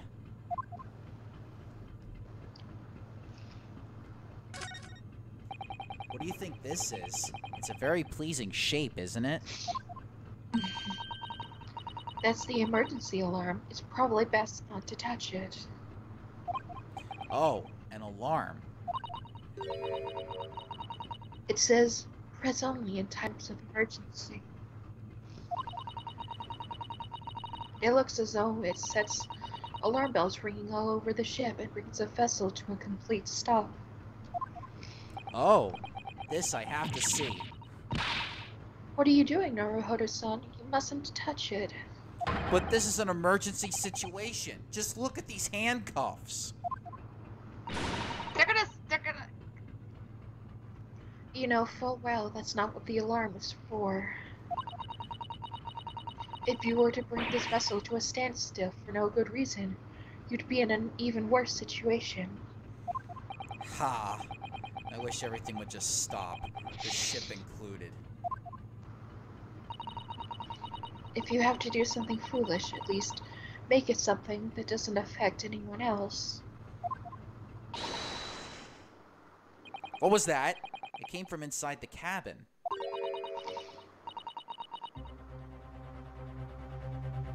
Such a high-pitched scream, it must have been a woman. Stand aside. I'm about to break the door down. Mr. Sholmes. I shan't be stopped. When the fit is on me, I revel in kicking doors off their hinges. Please, wait, Mr. Sholmes. The door doesn't appear to be bolted. It doesn't? Then how the deuce can I dispatch this muscular urge? What prey can I kick? I think we should go in. There's no time to think about stress relief. Just stupid stuff. That's a mood right there. It's too bad Pornhub didn't exist back then.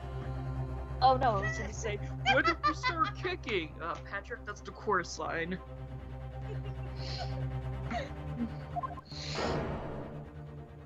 Who are you? A Western gentleman? This man looks Russian to me. We heard a woman scream. A woman? Don't be absurd. As you can see, there's nobody but me in this cabin. True, this old man does appear to be the only person in here. But in that case, who just screamed? Get out! All of you! Now! Please excuse the intrusion, but you're Mr. Grimsby Roylott, I believe? Yes, that's me, and you are? I am the one and only, the actual Herlock Sholmes. You've heard of me, no doubt? No. I am a great detective among great detectives, one who adorns the covers of popular magazines, no less. So I assure you, you may trust me completely. The man uses that magazine like a business card. A detective? I do not trust detectives. We distinctly heard a scream emanating from within these walls. But there wouldn't appear to be a lady concealing herself within the wardrobe this time. So might I be so bold as to ask you to open that small traveling case? Don't be stupid. How could anyone fit in a small trunk like that? Well, it's quite fashionable these days, is it not? Traveling inside one's trunk. Don't look at me. I gotta throw him under the bus. Oh my, did you see that, Mr. Naruhodo? Yes, the case just shook. Leave, now! Otherwise, I'll call the steward. So this is Kazuma's neighbor, Mr. Grimsby Roylott. There's no doubt about it. This strange Russian man is hiding something. I couldn't agree more. Let's see if we can find some clues before that burly sailor returns. Wait a minute, the bookcase. Do you have a moment, please, Mr. Sholmes? You need only address me as Sholmes. That's what I just did, isn't it? Well, Mr. Sholmes, what were you doing in there? Why, I was resting, of course.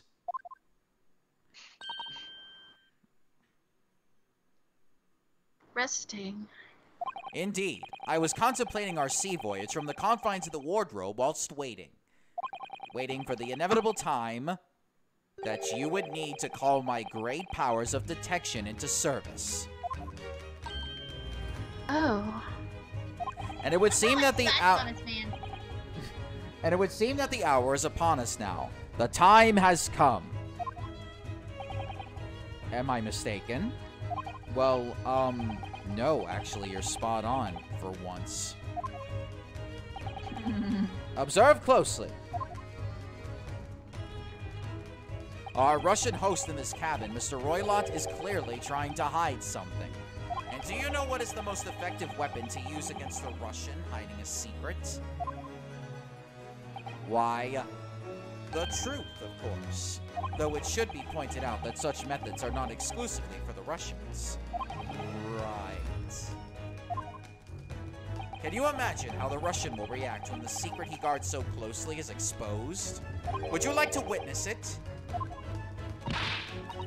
Oh, yes, please. Well then, what you are about to see will astound you. For I am about to apply my great detective's greatly admired great deduction to the case. But before we do that...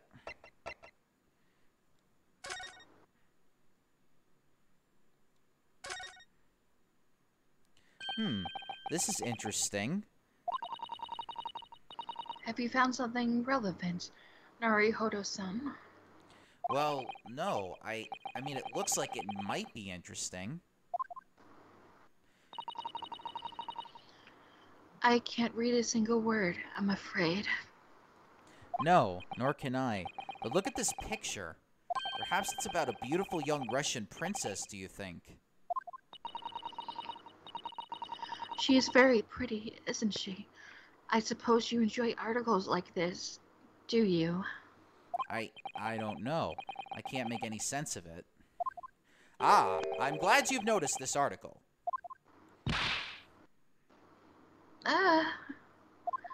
Allow me to give you a short summary of its contents. Oh, thank you. He pops up everywhere, this Mr. Sholmes. It's about the disappearance of a young lady last night. Renowned prima ballerina of the Novovich Ballet disappears from Shanghai. During a performance in Shanghai, the famous dancer was reported missing. She is, of course, the talented young Nikolina Pavlova. Why are Russian names so hard to remember? It would appear the woman was in costume when she was found to be missing from her dressing room, wearing the diamond tiara you see pictured, which is worth some 20,000 rubles. Oh, how much is 20,000 rubles? I have no idea, but I'm quite sure. It must be an unbelievable sum of money. Sasato-san's eyes are shining like diamonds themselves. Shine on, you crazy diamond. The tiara is the property of the Novovich Ballet. It would seem the director is beside herself with worry. Yes, I'm not surprised. The company is most anxious to recover both Miss Pavlova and the valuable tiara. They've requested international assistance at all ports with sailings to Great Britain. Could this be another case of Russian fleeing his or her country? It does seem to be the Russian thing to do. I'm not even going to dignify that with a response, Mr. Naruhodo.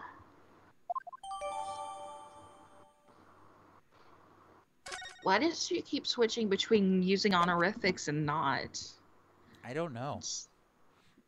I guess because she's just trying to blend the two cultures together.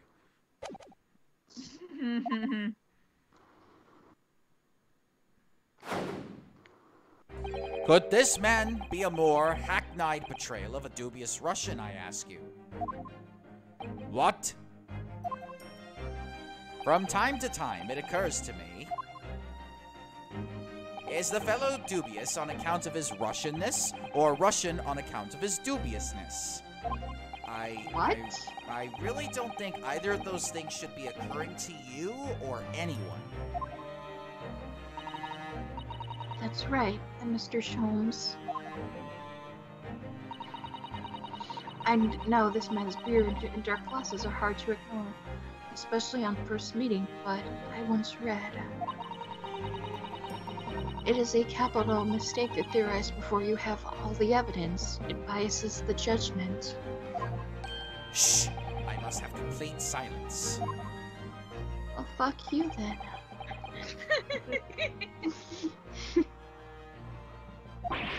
What are you doing? Why are you peering at my face like that? Ah, just as I thought. Yes, I have quite made up my mind now. There can be no other explanation that accommodates all the facts.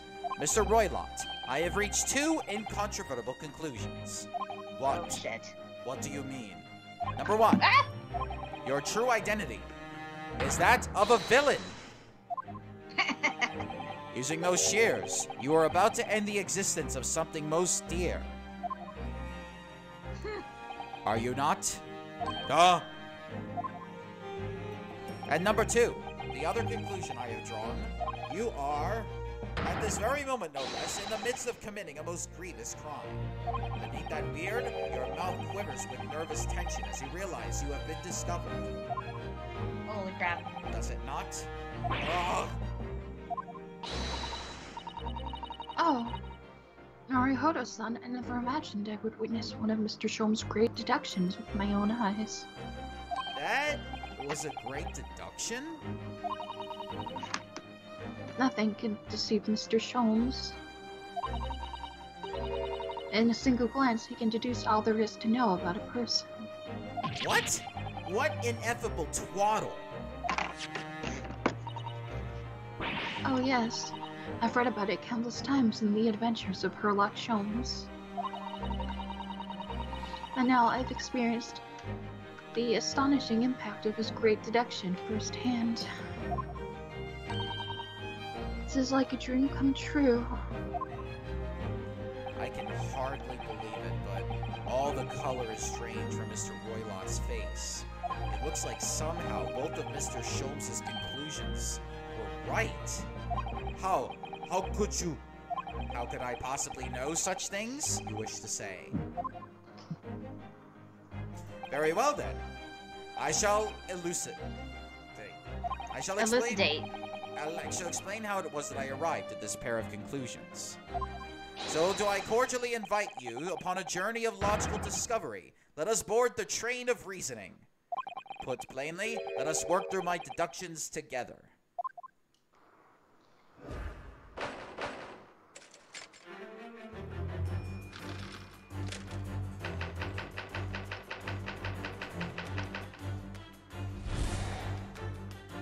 So, the dubious-looking Russian, Mr. Roylott, obviously what catches the eye in the first place.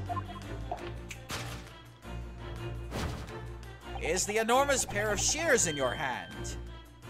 Now, we ask ourselves, what could you possibly want with such an implement? The answer, of course, is staring us in the face. You are on the verge of using the shears to cut away the copious beard you sport. Now, moving on. The question then begged is this: why would you desire to rid yourself of this magnificent beard, Mr. Roylott? Once again, the answer is plain. We have clear evidence to shed light on the matter. Regard, if you will, this morning's newspaper, in particular, the fascinating front page article, which, it would appear, you have read also, Mr. Roylott. I am sure it needs no further clarification. The evidence that reveals your true identity is the article about the revolutionary. In translation, the headline reads, "Revolutionary villain Bolshevik flees Russia via Shanghai."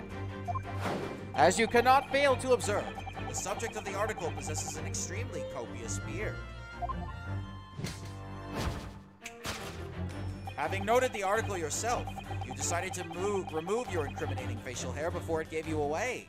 In short, your true identity is beyond doubt. You are the fearsome Russian revolutionary himself, villain Bolshevik. Not that I've heard of you myself, you understand.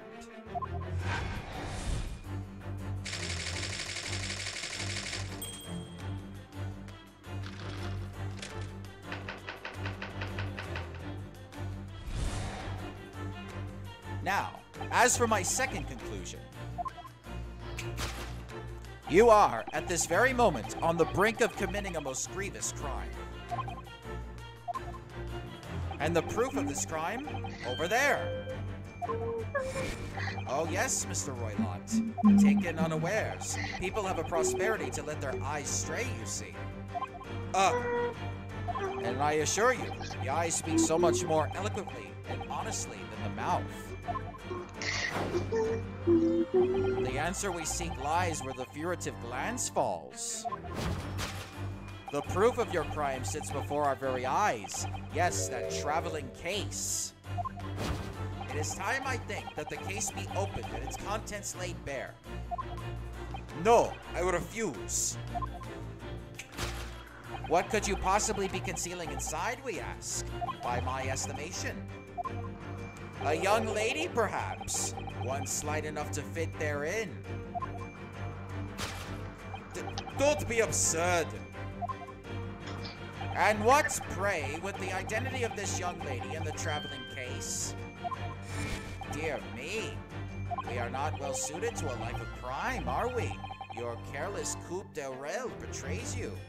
Once again, we need only follow your furtive glance to find the answer. Yes, the reason you refuse to open your traveling case can equally be found in the pages of this newspaper. For there is another, most stimulating article. If we turn from the fleeing revolutionary to the back page, renowned prima ballerina of the Nokovich Ballet disappears from Shanghai. Such a headline can lead us to one conclusion. Your crime is that of abduction. And according to the article, the young lady's name is Nikolina Pavlova.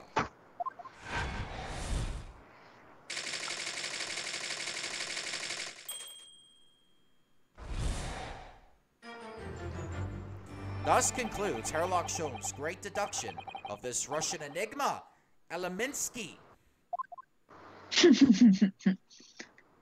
It may be a ham, but damn it. Sasato-san, that wasn't one of the great deductions I've been hearing so much about, was it? Well, the stories are full of Mr. Sholmes' brilliant deductions, you know. But that did seem a little different somehow. Excuse me, Mr. Sholmes, could you come over here a moment? Pray, what can I do for you? It's about your deductions. Would you mind? Not at all. Go on. Well, to start with, there's the newspaper article. I think we had the same discussion before, but these two men look nothing like each other. Ah, yes, I recall our discussion earlier, and at the time I believe I told you that the man is a revolutionary, well able to revolutionize his own appearance.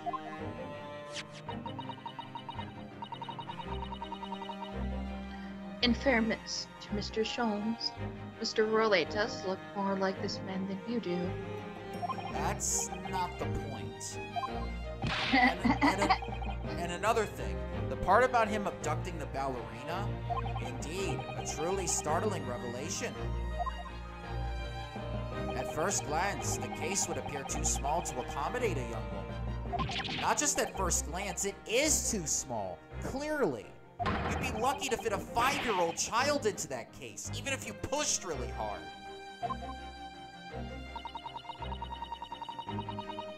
I don't suppose the missing ballerina is a 5-year-old child, is she? You mean you don't know?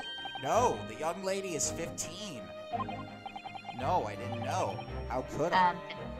If the eye open up? Well, if she's 15, that's 10 years worth of her. Then 10 years worth of her would be poking out from the case. Some years ago, I read something pertinent, I believe. A troop of men consuming vinegar daily in order to promote a certain lengthiness in their bodies. Vinegar? For such a sour bunch, it would surely be simplicity itself to contort oneself into the confines of that small case.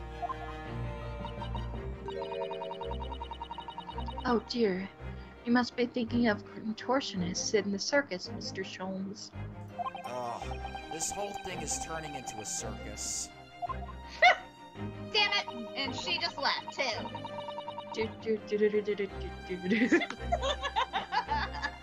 Mr. Naruhodo, something's occurred to me about Mr. Sholmes' deductions just now.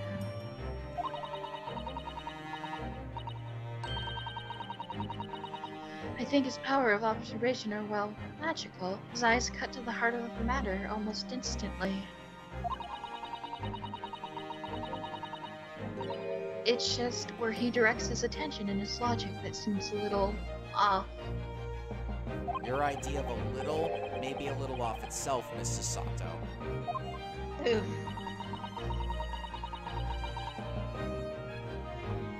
It's just one or two keywords in his deductions that seem to let him down. So I was wondering if we might perhaps tactfully switch them for alternatives. What do you think? Switch some key words in his deductions. Yes, but very tactfully. I feel sure if we could do that.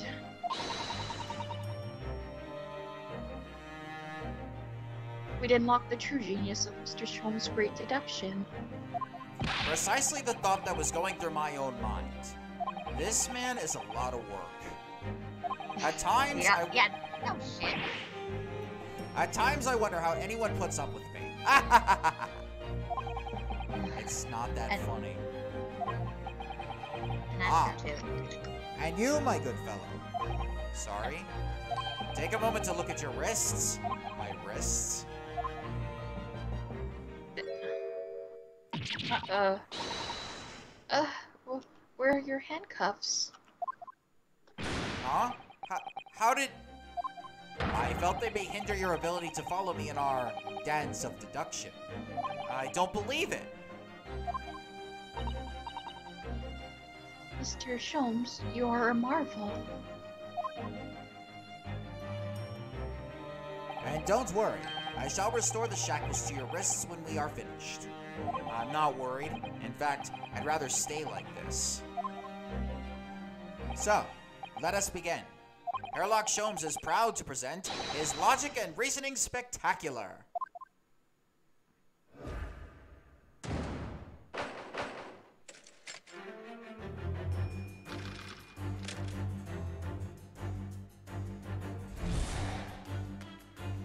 So, the dubious-looking Russian Mr. Loylot. Obviously what catches the eye in the first place is the enormous pair of shears in your hand. Now, we ask ourselves, what could you possibly want with such an implement? The answer, of course, is staring us in the face. You are on the verge of using the shears to cut away that copious beard you sport. I'm not sure. Would you really use shears like that to cut off a beard? I doubt that's something I'll ever have to worry about. It doesn't quite sit right with me, though. It doesn't seem to be sitting right with Mr. Roylott either. Which means I suppose that the deduction is wrong.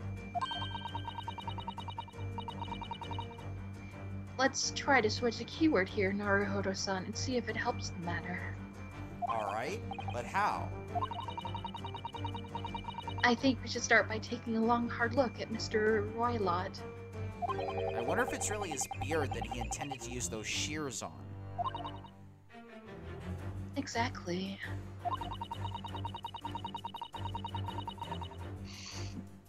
If we do manage to find something that seems to fit the sense of Mr. Sholmes' deduction better, Then what? then I'll leave the rest in your capable hands, Naruhodo-san. Why am I the one to do something about this? Well, anyway, let's see if there's anything we can even use to switch around in that last sentence. What exactly was Mr. Roylott really going to use those enormous shears for?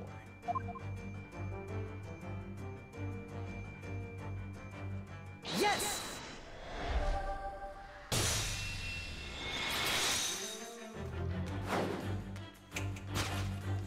You are on the verge of using the shears to cut away the golden locks you sport. Indeed, you have identified the precise detail I was intending to expose. Such lush golden hair certainly does not befit an old man. You're not a man at all. You're a woman. And judging from the length and sheen of your hair, one still very much in her youth. Oh no! If only I had managed to cut off my hair, no one would have suspected. The question then begged is this: why would you desire to rid yourself of these magnificent locks? Once again, the answer is plain. We have clear evidence to shed light on the matter. I am sure it needs no further clarification. The evidence that reveals your true identity is the article about the revolutionary. Well, that was a shock. I had no idea that old man was really a young woman in disguise, did you? What? Why are you staring at me like that? Yes, it was a surprise, Naruhodo-san. You're enjoying this, aren't you? Sorry? You look like you're in your element as you dance around the room, deducing the facts with Mr. Sholmes. I'm just doing what we agreed. I'm not having fun or anything. This is strictly business. Yes, I understand. Say no more. Well, anyway, let's focus on this next part of Mr. Sholmes' deduction, shall we? The evidence that he's picked out doesn't fit the facts at all now.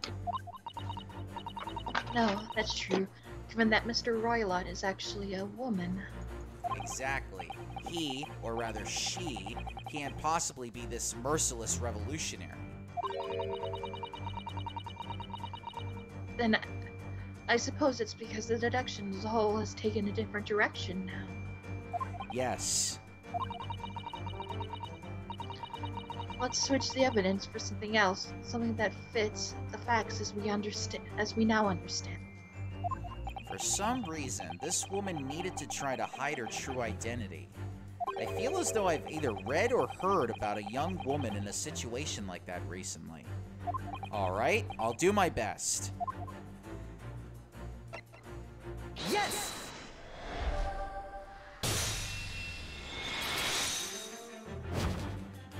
The evidence that reveals your true identity is, of course, the article about the ballerina. That's right. You've hit the nail on the head. Renowned prima ballerina of the Novovich Ballet disappears from Shanghai. It would appear we are finally able to address you by your true name. Yes, because your true identity is that of the Novovich Ballet's prima ballerina. Miss Nikolina Pavlova. Wrong! Ooh.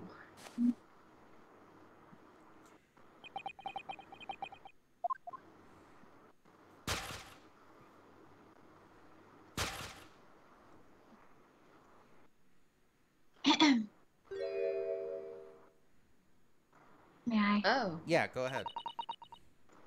You're right. My real name is Nina.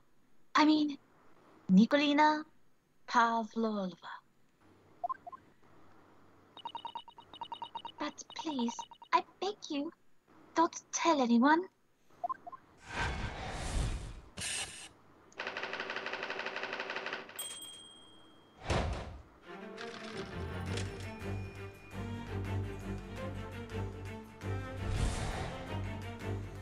Now, as for my second conclusion, you are at this very moment on the brink of committing a most grievous crime. And the proof of this crime? Over there. Oh yes, Miss Pavlova. Taken unawares, people have a propensity to let their eyes stray, you see. And I assure you, the eye speaks so much more eloquently and honestly than the mouth. The answer we seek lies where the furtive glance falls. The proof of your crime sits before our very eyes. Yes, that traveling case. The woman is the ballerina, and she's right in front of our eyes. So clearly she can't be inside. Motherfucker! So clearly she can't be inside that traveling case as well. No, that's right. It seems she wasn't abducted at all. In which case, what is the crime this young woman is apparently committing? Ah, I see. I'm going to have to step in and fit the great detective's mistake again. You seem to look pleased, Naruhodo-san. Do you like the idea of a little chance to dance around with Mr. Sholmes? Stop it. Okay! Anyway, there must be As they something... say, I ship it. Damn it, I was just gonna say that. Anyway, Ninja. there must be something here that shows what this woman is up to.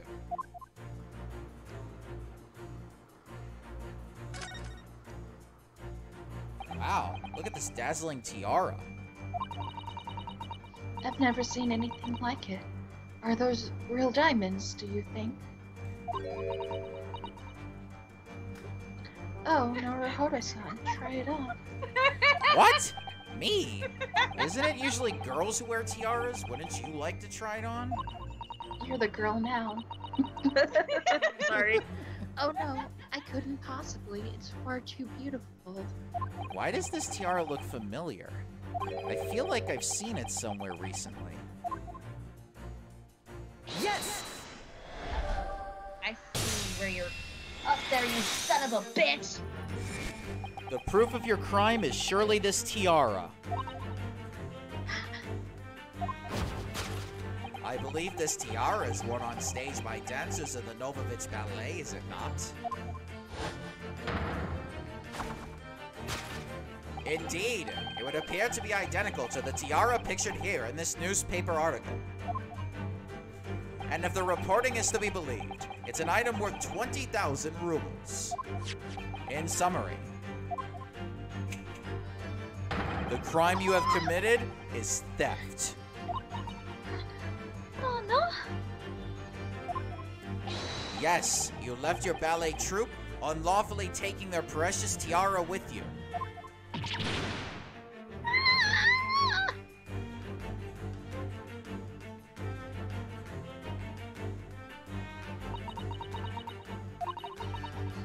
I have no one. family, no friends. I am all alone, and I need money. Bless you, my dear. But I did not steal the tiara. It was a present from, how do you say, an Earl of Prussia. It belongs to me.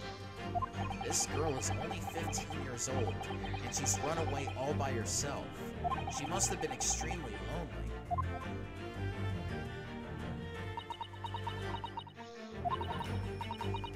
Right, I will tell you everything. There is no point in hunting it now. Come, let us not be hasty.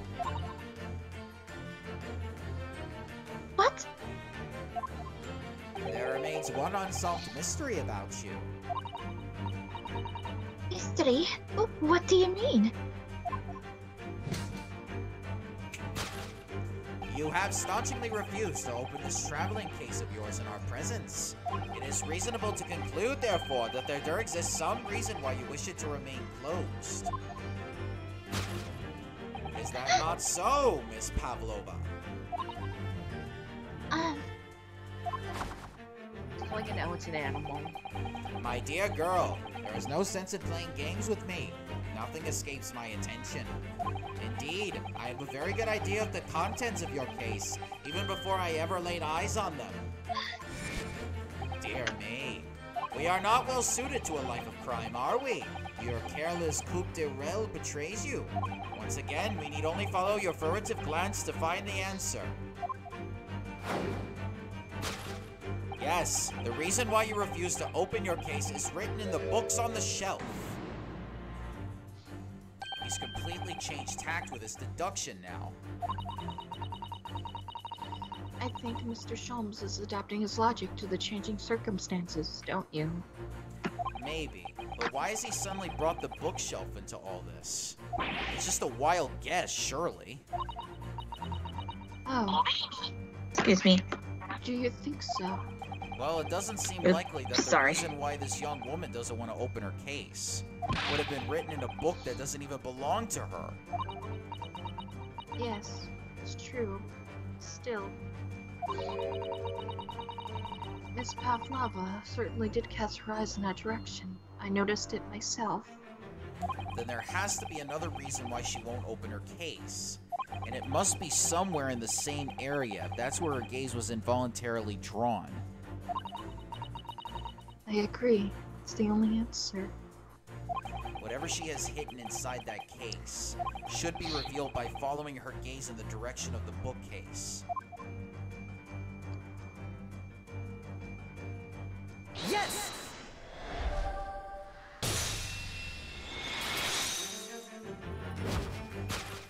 Yes, the reason why you refuse to open your case is written in the rules of passage. Passengers must not keep weapons or other dangerous objects in their cabins. Pets are also strictly forbidden. Inside that case of yours is something forbidden from carriage on this vessel. That is the real reason why you refuse to open it, thus revealing its contents.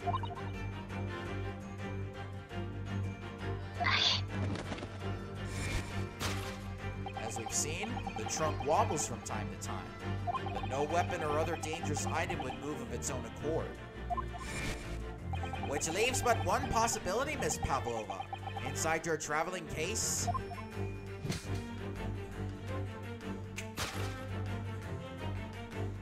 is the last item as forbidden in the vessel's rules of passage, a pet.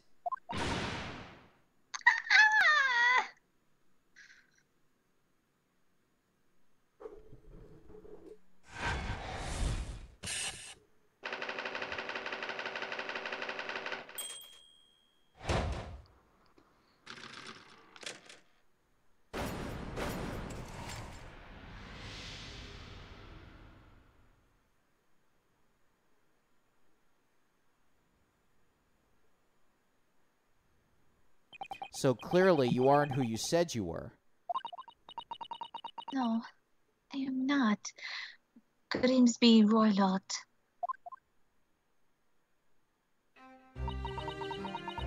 real name is Nikolina Pavlova. Everything you said was correct. You absconded during one of your ballet company's performances in order to escape your homeland. Later that same night, you stole aboard this vessel, which couldn't have been easy. The Burya is a huge steamship with a vast crew. Could she really have snuck on board without being noticed? In order to obscure your true identity, you somewhat recklessly took the guise of an old gentleman, and you intended to sever all links with your past by severing your long hair. Yet to a woman, hair is no trifling matter. My personal recommendation is to leave well alone. So, if it was just you, about to cut off your own hair, who was it that let out the scream we heard from outside the cabin? That verifiable tinkling of a bell? Why, none other than this young lady, naturally. More like a full set of pipes, if you ask me. I was so scared when I ran away from Shanghai. I was sure that they would come looking for me. That's why I decided to, how do you say, disgust myself so no one would recognize me. I think she means disguise.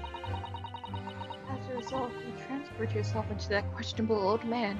I see. What are you doing? I put on the fur hat and fake beard, but then just before you came in here, I saw the newspaper. Right on the page, there was a picture of me. I was so frightened, I couldn't stop from screaming. I knew that if I didn't change my appearance completely, they would find me.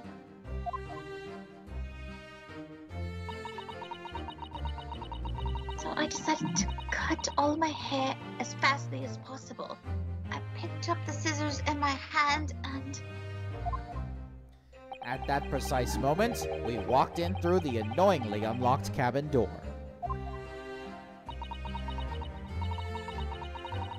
Things happen like that sometimes, don't they? Things do indeed happen like that from time to time. Are those two even talking about the same thing?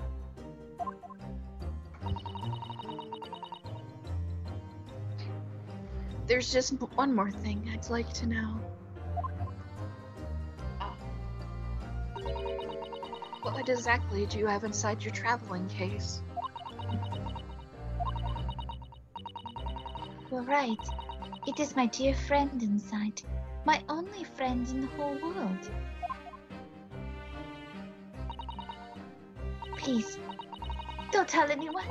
If the captain finds out, if you say anything to the crew... Your secret is safe with us, I assure you. But in return, you must tell us in as much detail as you can muster about the events of last night.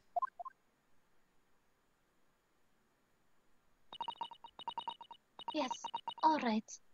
All I will tell you. Well, Mr. Naruhodo? Wasn't this something Mr. Sholmes' wasn't that something? Mr. Sholmes' great deduction. Why is she shout asking? It was certainly something, yes. I'm just not entirely sure what. But at least Miss Pavlova has agreed to tell us what she knows. That's incredible. Indeed, it is incredible. Ah, and one more thing. Oh, yes, what? Observe your wrists. My... Again, he's cuffed.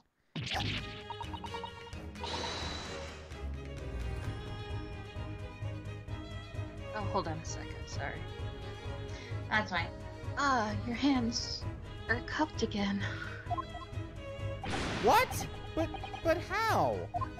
True to my word, I have restored your shackles. Ugh. When and why?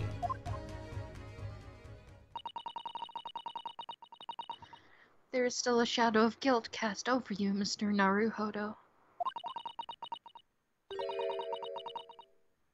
I'm sorry to say, it can't be helped at the moment. Ha. Can't it? Really?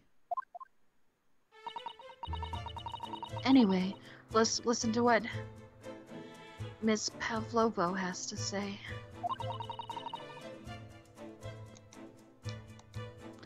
I can't go on not knowing.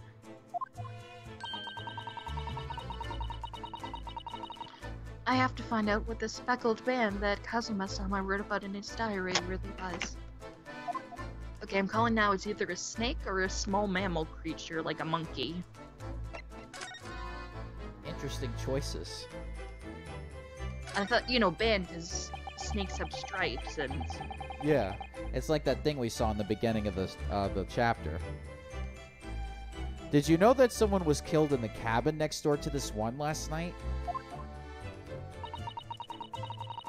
One of the crewmen told me this morning when I was eating breakfast. The man who died. He was a friend of mine. Oh! That's why we're trying to find out what happened. Did you notice anything unusual last night? Perhaps you heard a strange noise, for example. Perhaps people talking? Perhaps the ship was absorbed in a wild tempest? Perhaps its steam engine exploded? Perhaps everyone on board would have noticed if that had happened. Miss Pavlova, is there anything you can tell us?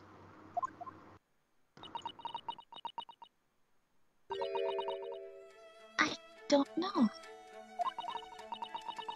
I'm sorry, but all I could think about last night was what I had done and whether they would find me. I didn't notice anything that was happening around me. Oh, I see. You've run away from your ballet company, haven't you? The Novovich Ballet? Yes.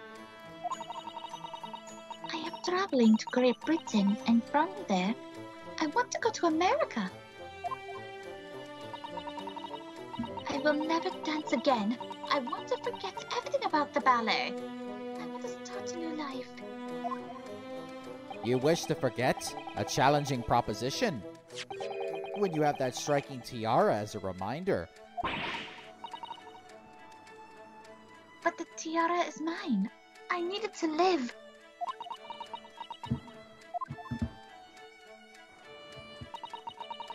I have no money of my own. The Novovich Ballet gives us only a little food and water, but we must dance all over the world. I had to run away. I had no choice. If I'd stayed, it would have killed me.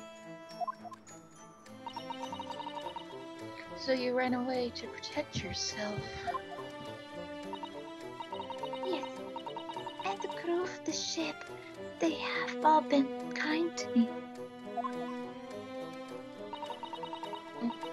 And they let me come on board, and they said I could hide in this cabin. If that is indeed the truth, Miss Pavlova, it creates a most intriguing conundrum. Yes, it does. Ah! What do you think about it, Mr. Naruhodo? Me? Sorry, I had a cat butt in my face. Oh, well, yes, of course. I think we should hear Miss Pavlova's explanation. To what conundrum, I'm not sure, but...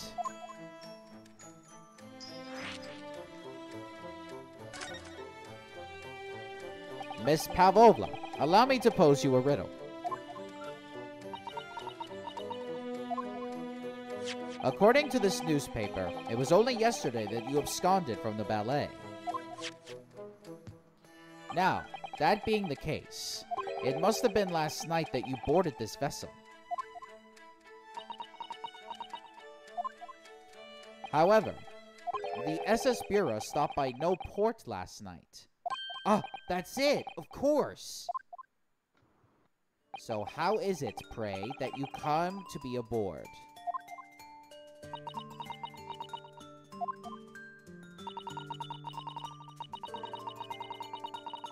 Now that I think about it, the crewman outside the cabin acted very strangely when we mentioned that. It was just after we asked him about when the occupant of this cabin came around.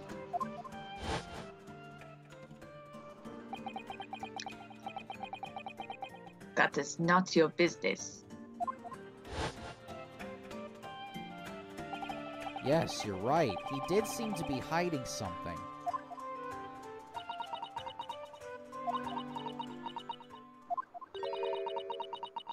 An angel descended from the heavens, bringing grace and beauty to the stage. Sorry? What was that? It is how the Russian newspapers described one of my performances.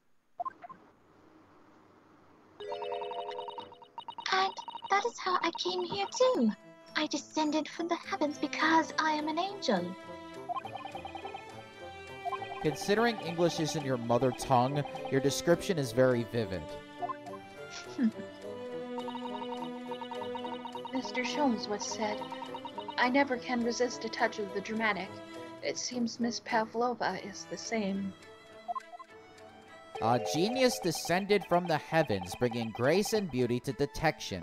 Words once said about myself. A quote from a wonderfully extravagant advertisement for the adventures of Herlock Sholmes, in fact. Yes, Mr. Showy. Anyway, it doesn't look like Miss Pavlova is going to tell us what really happened. So the friend you mentioned is inside your traveling case, is that right? I don't think animals are allowed on board, according to the rules of passage. Oh, please, don't tell. Don't tell any of the crew. What if it's a cat? If they found my precious... Then the burly Russians would bestir themselves in unison to throw you and your case overboard, no doubt. So reassuring, Mr. Sholmes. But what sort of pet is your friend? A little puppy.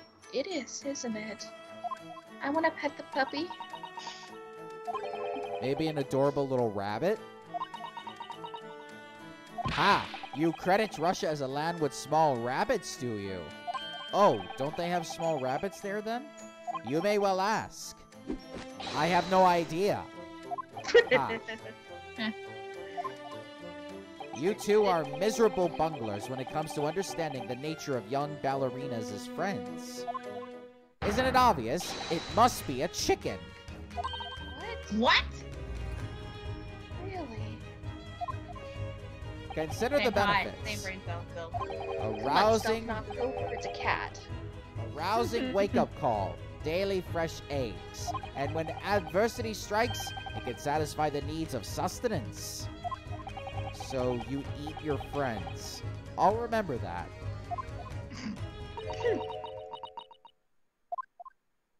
Well, it would appear this friend's identity is a closely guarded secret not to be revealed.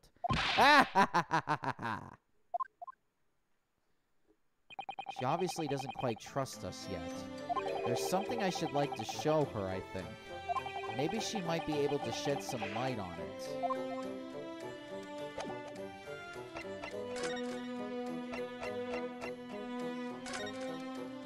Oh, come on, what other pet would knock stuff over? This is the diary of my friend who passed away. His diary? Yes, and he wrote in it last night before he died. Something a little unusual. It reads, at 1:23 a.m., I can hear a faint whistling sound. And then a few minutes later, 1:35 a.m., what looks like some sort of speckled band is dangling from the ventilator grill. A speckled band? I don't understand. It's strange, isn't it? But the ventilator he mentions joins to this cabin, you see. It's up there on the wall. In other words, this cabin and the victim's cabin are connected together.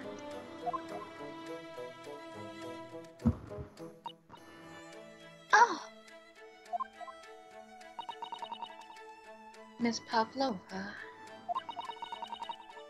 has something occurred to you? Does the speckled band the victim mentioned mean something to you? Or the whistling sound, perhaps?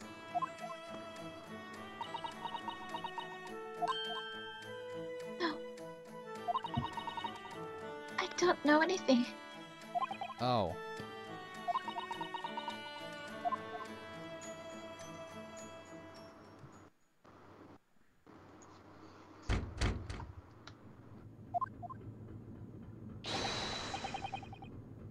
Excuse me, Mr. Roylott. Yes? What? Wow, she's fast.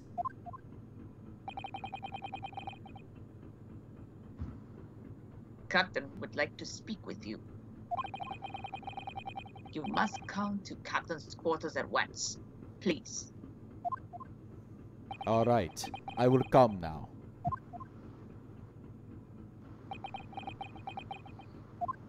What? You must leave. Now. Oh no, it's fine. Don't mind us. Yes, please don't worry yourself, Mr. Roylott. Get out! The passenger said out, or you want me to throw you out? Ugh. It looks like we'll have to leave investigating this cabin until later. What a pity.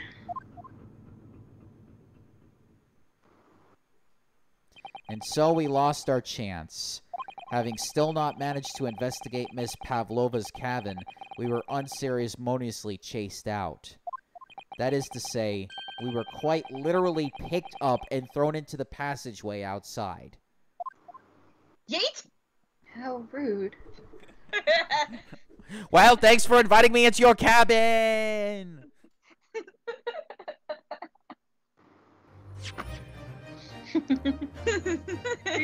we invited ourselves in. Worst party ever! Adventure. Well, that's going to do it for this episode of Naked Spaghetti. And by the way, we will be continuing with part 2 next week.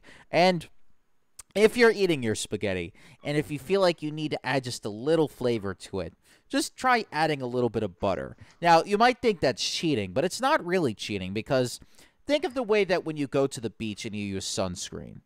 You're still going to be having, like, you're still going to be exposing your skin outside. So, if you just need to add a little something to protect the spaghetti, a little butter is nice. That it gives it a little bit of flavor. So, Why not olive oil? or olive oil if we want to do that too. But in the meantime, we will see you all next week. So for me, Mooney, and Sylph, and Circus, who has to go away, we will all be seeing you next time. So until then, enjoy your meal. Bye, everyone. Goodbye.